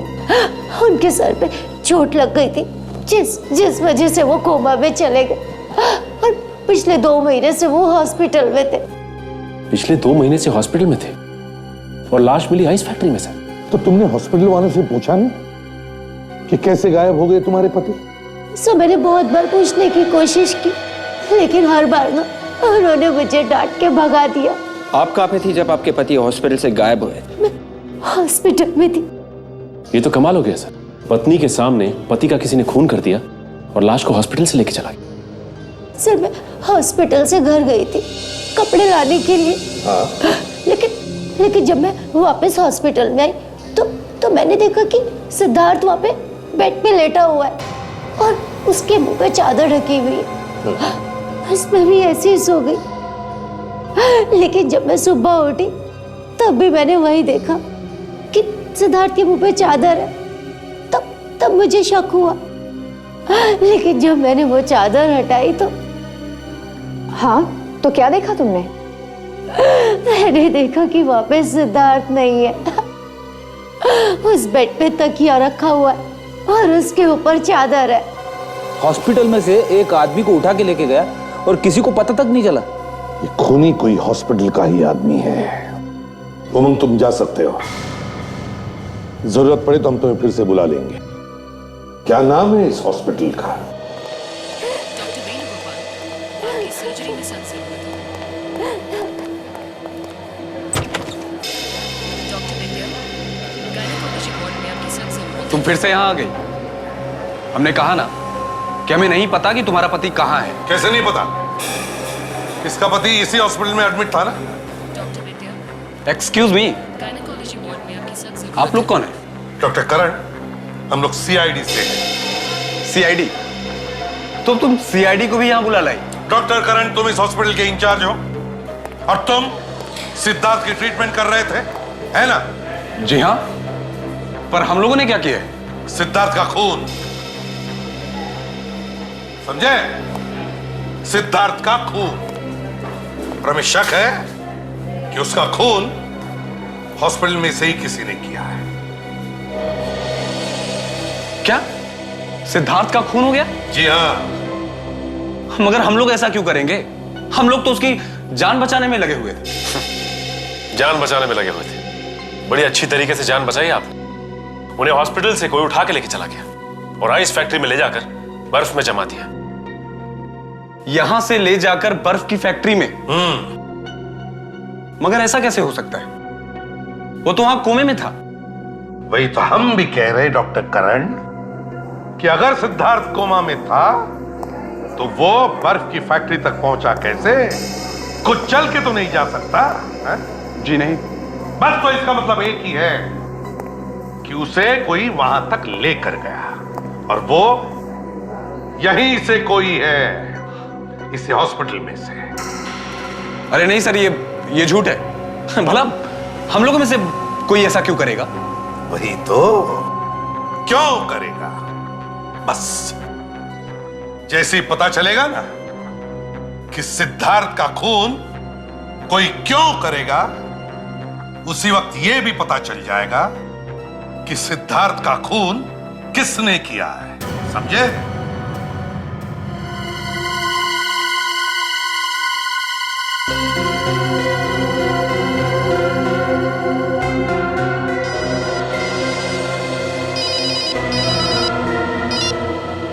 हाँ जी, कहिए। हाँ? अरे यार, वही पता लगाने की कोशिश कर रहा हूं बॉस। नहीं, अभी लाश के 2-3 टेस्ट होने बाकी। हाँ ठीक है। हाँ ओके। ये रात दिन एक कर दिया, खाना पीना तक छोड़ दिया, ये पता लगाने के लिए कि आखिर इसकी मौत हुई तो हुई कैसे, लोगों को दिखाई नहीं देता। सर नहीं सर, मैं तो ये कह रहा था कि साफ साफ दिख रहा है कि इसकी मौत सिर पे चोट लगने की वजह से हुई है। तो फिर सर मौत की कोई दूसरी वजह ढूंढने की क्या जरूरत है? जरूरत है फ्रेडी, जरूरत है, क्योंकि मुझे शक हो गया है और मुझे मेरा शक दूर करना है। अच्छा सर, ये शक आपको हुआ क्यों?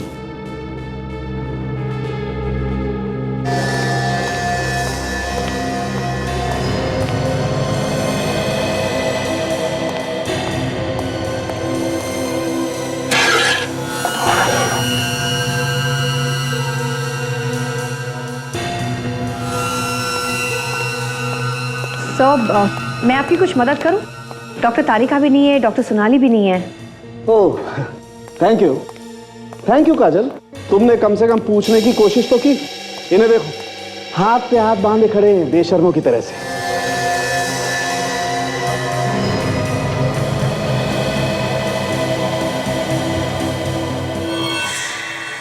इसके फेफड़ों में से थोड़ा पानी निकाल के देखने की कोशिश करते हैं।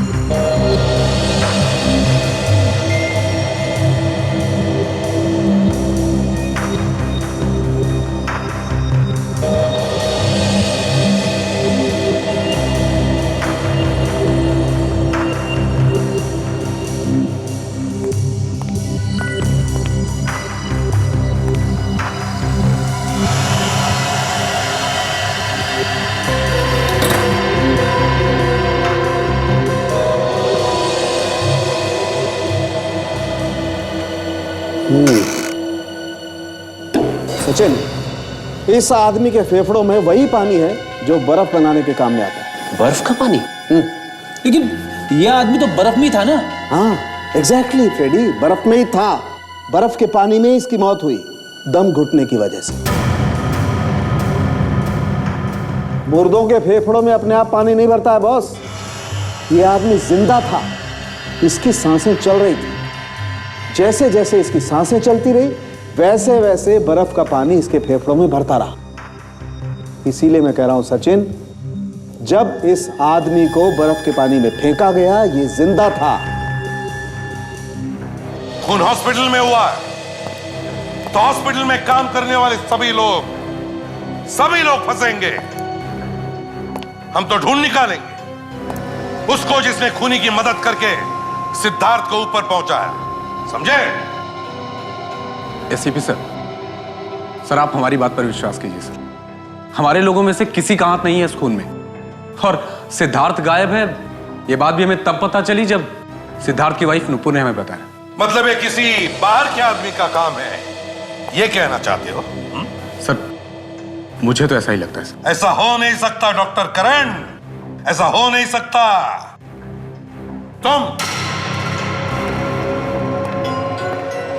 तुम ही ड्यूटी पर रहते हो ना रात को? हाँ सर, मैं ही रहता हूँ। तो फिर एक 6 फुट के आदमी को कोई कंधे पे डालकर बाहर लेकर जाता है तो तुमने देखा तक नहीं है? सर मेरे रहते तो यहाँ कोई किसी को नहीं लेके गया बाहर। तो लेटे लेटे पेशेंट के क्या पर निकल आए? क्या वो यहाँ से उड़कर चला गया है? सर मेरे सामने तो कोई बाहर का आदमी भी अंदर नहीं आया सर। वाह, ना कोई अंदर से बाहर गया, ना कोई बाहर से अंदर आया, ना कोई उड़ के गया, ना कोई चल के गया।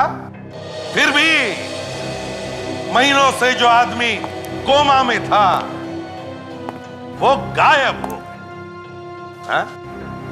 कैसे कैसे? खूनी अंदर का ही आदमी है सर। इन लोगों ने उसे कहीं छुपा दिया है।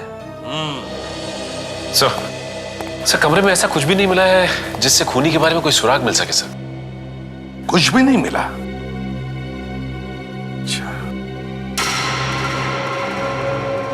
डॉक्टर करण, सिद्धार्थ के सारे मेडिकल रिकॉर्ड्स और उसके कमरे में लगे हुए सीसीटीवी कैमरा के रिकॉर्डिंग्स मुझे चाहिए। उसके साथ साथ उसे जितने भी लोग मिलने आते थे उन सब की लिस्ट भी चाहिए।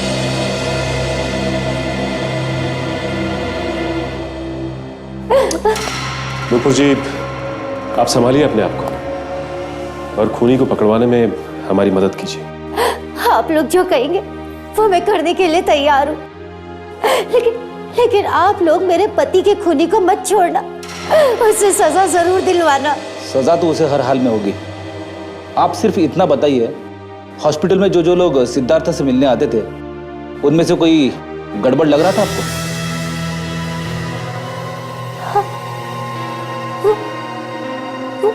वो सिद्धार्थ का मैनेजर, मुझे तो वो गड़बड़ लगता है और तो कोई ख्याल में नहीं। मैनेजर पे क्यों शक है तुम्हें?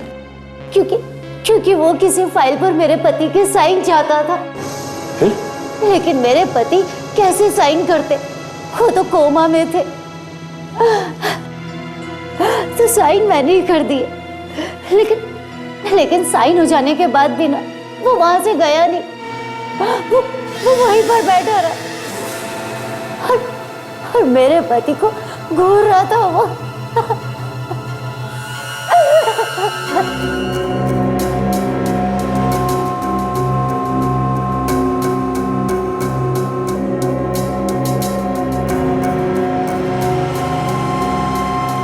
हॉस्पिटल स्टाफ के जिन जिन लोगों के नाम है इस लिस्ट में, वो सब है यहाँ पे हॉस्पिटल में?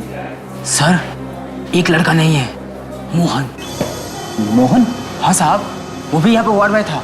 कहाँ गया? पता नहीं साहब, काफी दिन से दिखाई नहीं दिया, वो अचानक गायब हो गया साहब। गायब हो गया? हाँ साहब। ये बात तुमने हमें पहले क्यों नहीं बताई?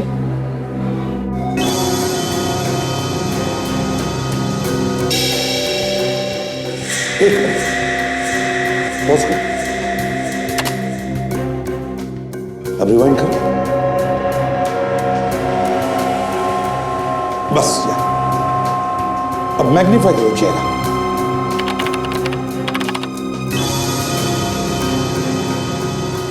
अब प्ले करो।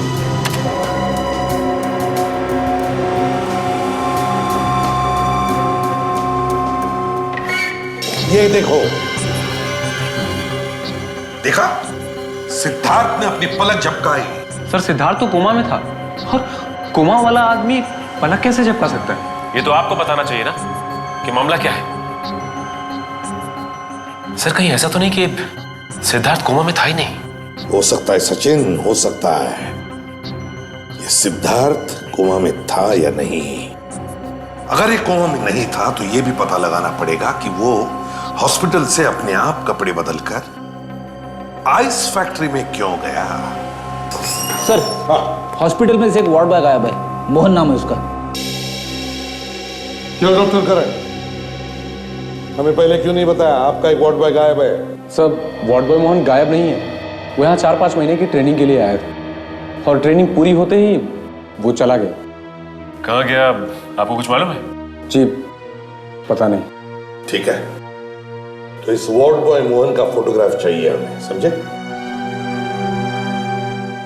और इस सिद्धार्थ के मैनेजर प्रदीप से मिलना होगा। क्या हुआ मैनेजर साहब, ऐसे मुंह लटकाए क्यों बैठे हो? लगता है मैनेजर साहब की तबीयत खराब हो गई। तबीयत? मेरी तबीयत को क्या हुआ? हम ओके? सर में दर्द होगा सर। दर्द सर में? नहीं, ठीक है बिल्कुल। सिर में भी दर्द नहीं, तबीयत भी ठीक ठाक है, तो फिर अपने मालिक का खून करके यहाँ छुप कर बैठा है ना? सिद्धार्थ साहब का खून मैंने? हाँ तुमने, तुम ही जाते थे ना उनसे मिलने के लिए बार बार हॉस्पिटल में? हाँ सर, मैं जाता था हॉस्पिटल सिद्धार्थ साहब से मिलने। तो एक दिन मौका पाके अपने मालिक का खून कर दिया और उसकी लाश को फेंक दिया आइस फैक्ट्री में, है ना? मैं तो सिर्फ सिद्धार्थ साहब के लिए हॉस्पिटल जाता था, क्योंकि वो चाहते थे मैं उनके पास रहूं। चाहते थे का मतलब? वो तो कोमा में थे, है ना? नहीं सर, सिद्धार्थ साहब कोमा में नहीं थे। अगर सिद्धार्थ साहब कोमा में नहीं थे तो क्या वो हॉस्पिटल में लेटकर कोमा में पड़े रहने का नाटक कर रहे थे? हाँ? सर ये तो मुझे बिल्कुल नहीं मालूम। I really don't know. तो फिर क्या मालूम है तुम्हें? सर मैं इतना जानता हूं कि एक दिन शाम को मैं सिग्नेचर लेने गया कुछ पेपर्स पे उनके। उस वक्त वहां पे नुपुर मैडम भी मौजूद थे। नुपुर मैडम ने कहा कि सिद्धार्थ साहब कोमा में है और सिग्नेचर वो कर देंगे, मगर मैंने देखा कि सिद्धार्थ साहब मुझसे कुछ कहना चाहते थे। क्या कहना चाहते थे? तुमने पूछने की कोशिश नहीं की? मैंने पूछने की बहुत कोशिश की सर, मगर नुपुर मैडम की वजह से वो कुछ कह नहीं पा रहे थे। मगर एक दिन नुपुर मैडम जैसे ही वॉशरूम गई, उन्होंने मुझे एक पेपर निकाल के दिया। पेपर? कैसा पेपर? क्या था उसमें? सर नक्शा है किसी चीज का।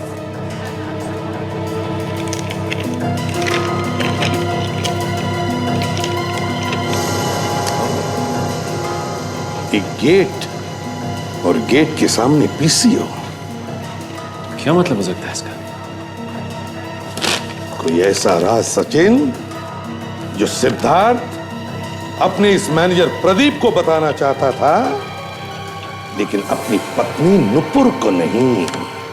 गौर से देखो इस नक्शे को और याद करो कहां पर दिख रही है ये जगह।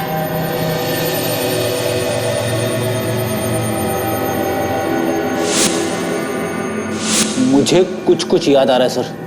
क्या याद आ रहा है? ये उसी आइस फैक्ट्री का गेट है जहां से हमें लाश मिली थी। Very good Freddy. लेकिन फ्रेडी मुझे लगता है ये नक्शा आइस फैक्ट्री का नहीं, पीसीओ का है। पीसीओ का? हाँ फ्रेडी, हम जब भी कभी किसी छोटी जगह का नक्शा बनाते हैं तो उसके आसपास जो भी कोई बड़ी जगह हो, कोई लैंडमार्क हो, उसका रेफरेंस देते हैं। तो इसका मतलब है ये नक्शा उस आइस फैक्ट्री का नहीं, पीसीओ का है।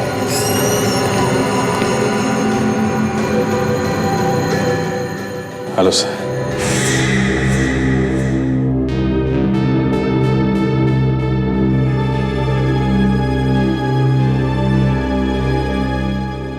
तुम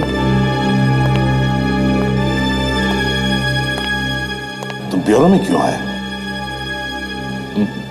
मुझे लगा कि नहीं अभिजीत, तुम्हें कहा था आराम करने के लिए।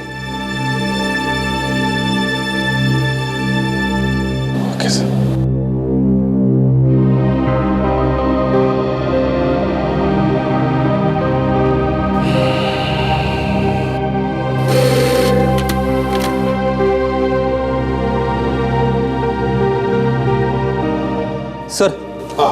हॉस्पिटल से फैक्स आया सर। उस वार्ड बॉय मोहन के बारे में सब जानकारी है इसमें। मोहन?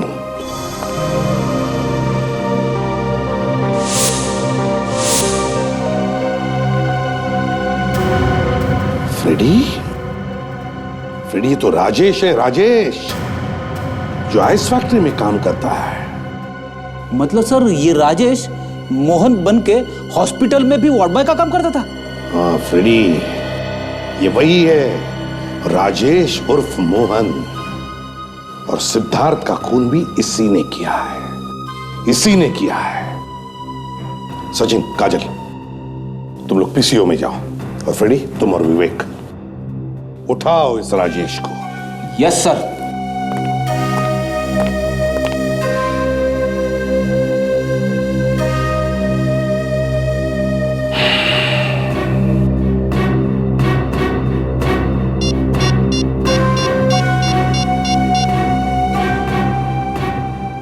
दया, समझ में नहीं आता, इसके घर का दरवाजा खुला है, हो क्या गया है उसे?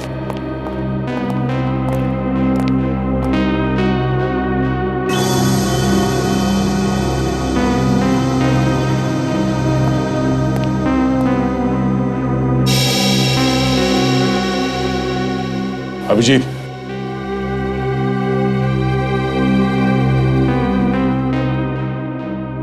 अभिजीत, दया तुम?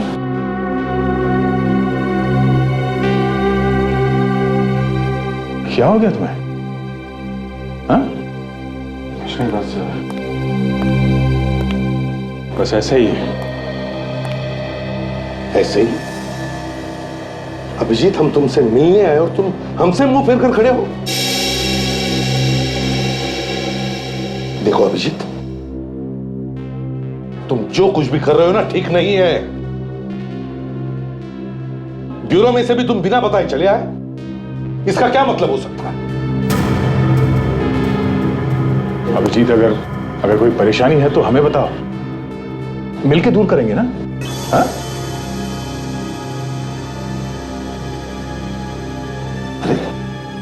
अरे हुआ क्या है अभिजीत? हमने तुम्हारा ऐसा क्या बिगाड़ा है जो तुम हमसे बात नहीं करना चाहते? मुंह पे ताला लगा लिया? ये बात आप खुद जानते हैं सीपी साहब। क्या? मैं खुद जानता हूं? मतलब साफ है सर, अब आपके दिल में अभिजीत के लिए प्यार खत्म हो गया है। क्या?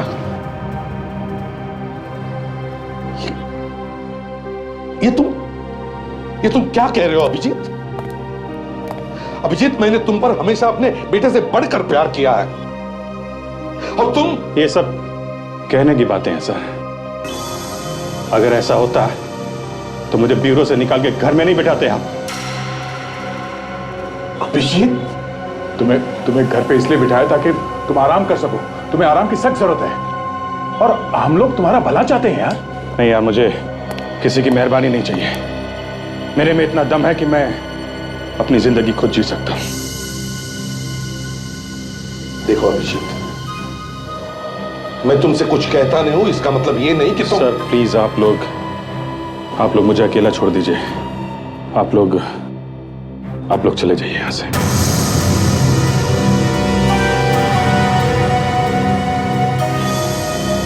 ठीक है अभिजीत, हम लोग जाते हैं। अपना ख्याल रखना।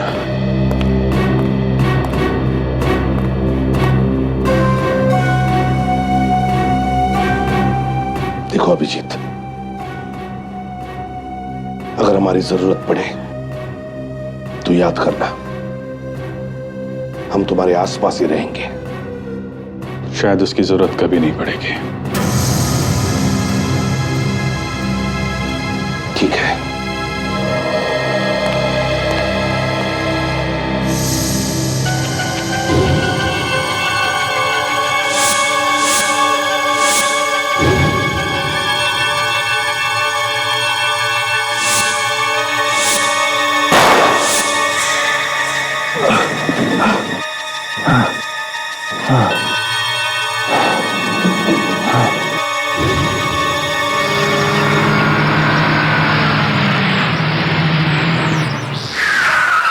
आखिरी बार आपसे कह रहा हूँ सर, थोड़ी मेहरबानी होगी आपकी।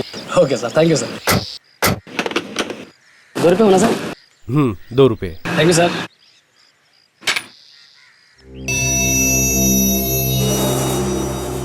सर ये पीसीओ आपका ही? साहब आम खाने आए हैं, पेड़ गिनने। फोन करना है तो करो, नहीं तो जाओ यहाँ से। तुम्हें क्या मतलब, मैं मालिक हूँ या नौकर? मतलब है, तभी तो पूछ रहे हैं। क्या मतलब? मतलब ये कि हम सीआईडी से और आपसे कुछ पूछताछ करना चाहते। साहब जो कुछ बताना था वो तो मैंने बता दिया पुलिस को। क्या बता दिया आपने पुलिस को? वही जो 2 दिन पहले मेरी दुकान पर हुआ था। 2 दिन पहले क्या हुआ था तुम्हारी दुकान में? किसी ने मेरी दुकान का ताला तोड़ा और सारा सामान इधर उधर फेंक दिया। पूरा सामान इधर उधर फेंक दिया? लेकिन कोई चोरी नहीं हुई? यही सोच के मैं हैरान हूँ, सामान कुछ चुराया भी नहीं, फिर सामान इधर उधर बिखरने की क्या जरूरत थी? मतलब साफ है, किसी ने कोई चीज ढूंढने की कोशिश की है तुम्हारी दुकान में। मगर मेरी दुकान में कोई क्या ढूंढेगा? कोई खास चीज छुपाई थी तुमने? कोई कीमती चीज? यहाँ क्या कीमती हो सकता है? कहीं ऐसा तो नहीं कि सिद्धार्थ ने कुछ छुपाया हो यहाँ पे? मेरा मतलब है खूनी के बारे में कोई जानकारी वगैरह?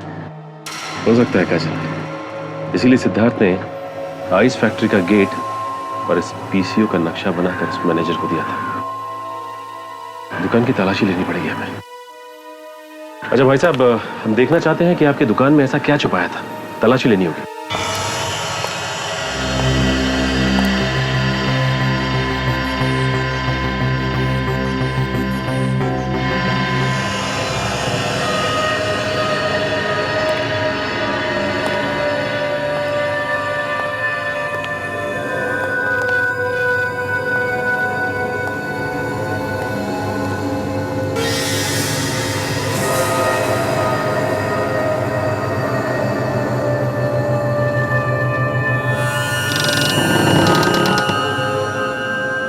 राजेश, चुपचाप बाहर आ जा।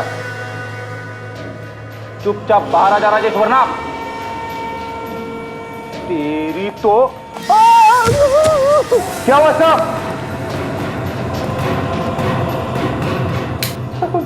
सर आप ठीक तो हो ना? बाप रे, पता नहीं क्या डाल के रखा है कमरे के बीच में।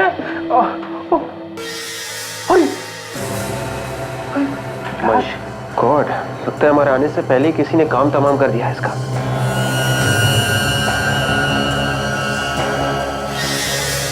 उल्टे से चाकू से मारा है, मगर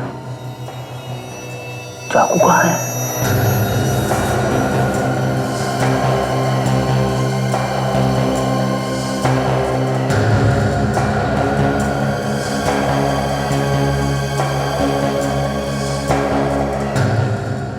सर। हाँ विवेक, ये देखिए सर।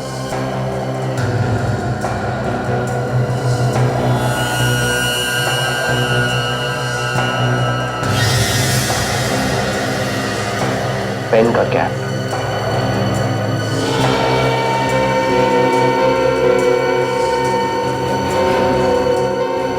सर इसके पास तो पेन नहीं है, फिर ये कैप किसका हो सकता है? खूनी का। सिद्धार्थ अगर कोमा में नहीं था तो फिर वो कोमा में पड़े रहने का नाटक क्यों कर रहा था? मैं बताती हूँ। सुरेखा जी आप? मैं नूपुर और सिद्धार्थ के बारे में बताने आई। नूपुर और सिद्धार्थ के बारे में? क्या क्या जानती हैं आप उन दोनों के बारे में? नूपुर ने ही खून किया है सिद्धार्थ का। नूपुर ने? जी हाँ। सुरेखा जी ये आप कैसे कह सकती हैं? नूपुर जिस टीवी शो में काम कर रही थी उसका नाम है माँ एक्सचेंज, और उस शो की मैं होस्ट हूँ। उस शो में 2 हफ्ते के लिए 2 माएँ अपना घर बदलकर दूसरे के घर में जाती हैं। तो आप भी देखें कैसे एक नए परिवार और नए रिश्तों के साथ जूझती है एक माँ। ये दिखाने के लिए हम 24 घंटे उन पे नजर रखते हैं। कौन क्या कर रहा है इसकी रिकॉर्डिंग चलती रहती है। फिर? नूपुर हमारी पहली कंटेस्टेंट थी जिसका एपिसोड सोनी एंटरटेनमेंट टेलीविजन पे आने वाला था 12 और 13 जनवरी को। लेकिन हमारे भी कुछ नियम हैं, उनका पालन नहीं कर पाई वो। क्या क्या नियम होते हैं आपके इस शो के? माँ एक्सचेंज के शो के रूल्स के अनुसार जब एक माँ घर बदलती है तो इसे पूरे रूप से अपने नए घर में रहना पड़ता है और बाहर की दुनिया से सारा कांटेक्ट छोड़ना पड़ता है। लेकिन रिकॉर्डिंग के दौरान हमने देखा कि नूपुर किसी से बात कर रही है फोन पर, इसीलिए हमें उसे इस प्रोग्राम से निकालना पड़ा। अब इसकी जगह दूसरा एपिसोड दिखाया जाएगा। तो क्या सुरेखा जी आप हमें बता सकती हैं नूपुर क्या बात कर रही थी फोन पर? नूपुर अपने पति सिद्धार्थ का खून कराने की बात कर रही थी फोन पर। सिद्धार्थ का खून करने की बात कर रही थी? जी हाँ। तो फिर सुरेखा जी आपके पास तो वो टेप तो होगी ना जिसमें ये रिकॉर्डिंग हुई होगी? नहीं, वो टेप हमने उसके पति सिद्धार्थ को दे दिया।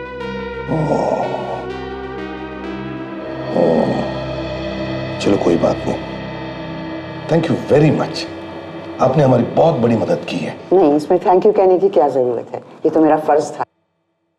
आप लोगों को भी तो सच्चाई पता चले। सचिन, मैम को गाड़ी तक छोड़ कर आओ।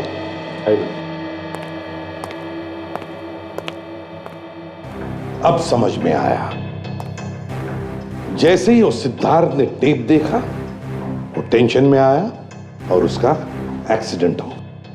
हाँ सर, उसने मौके का फायदा उठाया और कोमा में जाने का नाटक किया सर। पर सर वो टेप अब है कहाँ? सर हो सकता है सिद्धार्थ ने वो टेप कहीं छुपा दिया हो। सिद्धार्थ ने वो टेप उस पीसीओ में छुपा के रखा था जिसका नक्शा बनाकर उसने अपने मैनेजर को दिया था। एक बार ये टेप हमारे हाथ में आ जाए ना तो पता चलेगा नूपुर किसके साथ फोन पर बात कर रही थी, सिद्धार्थ के खून के बारे में। इस तरह के और भी एपिसोड देखने के लिए हमारे चैनल को सब्सक्राइब करें और बेल आइकन दबाना ना भूलें।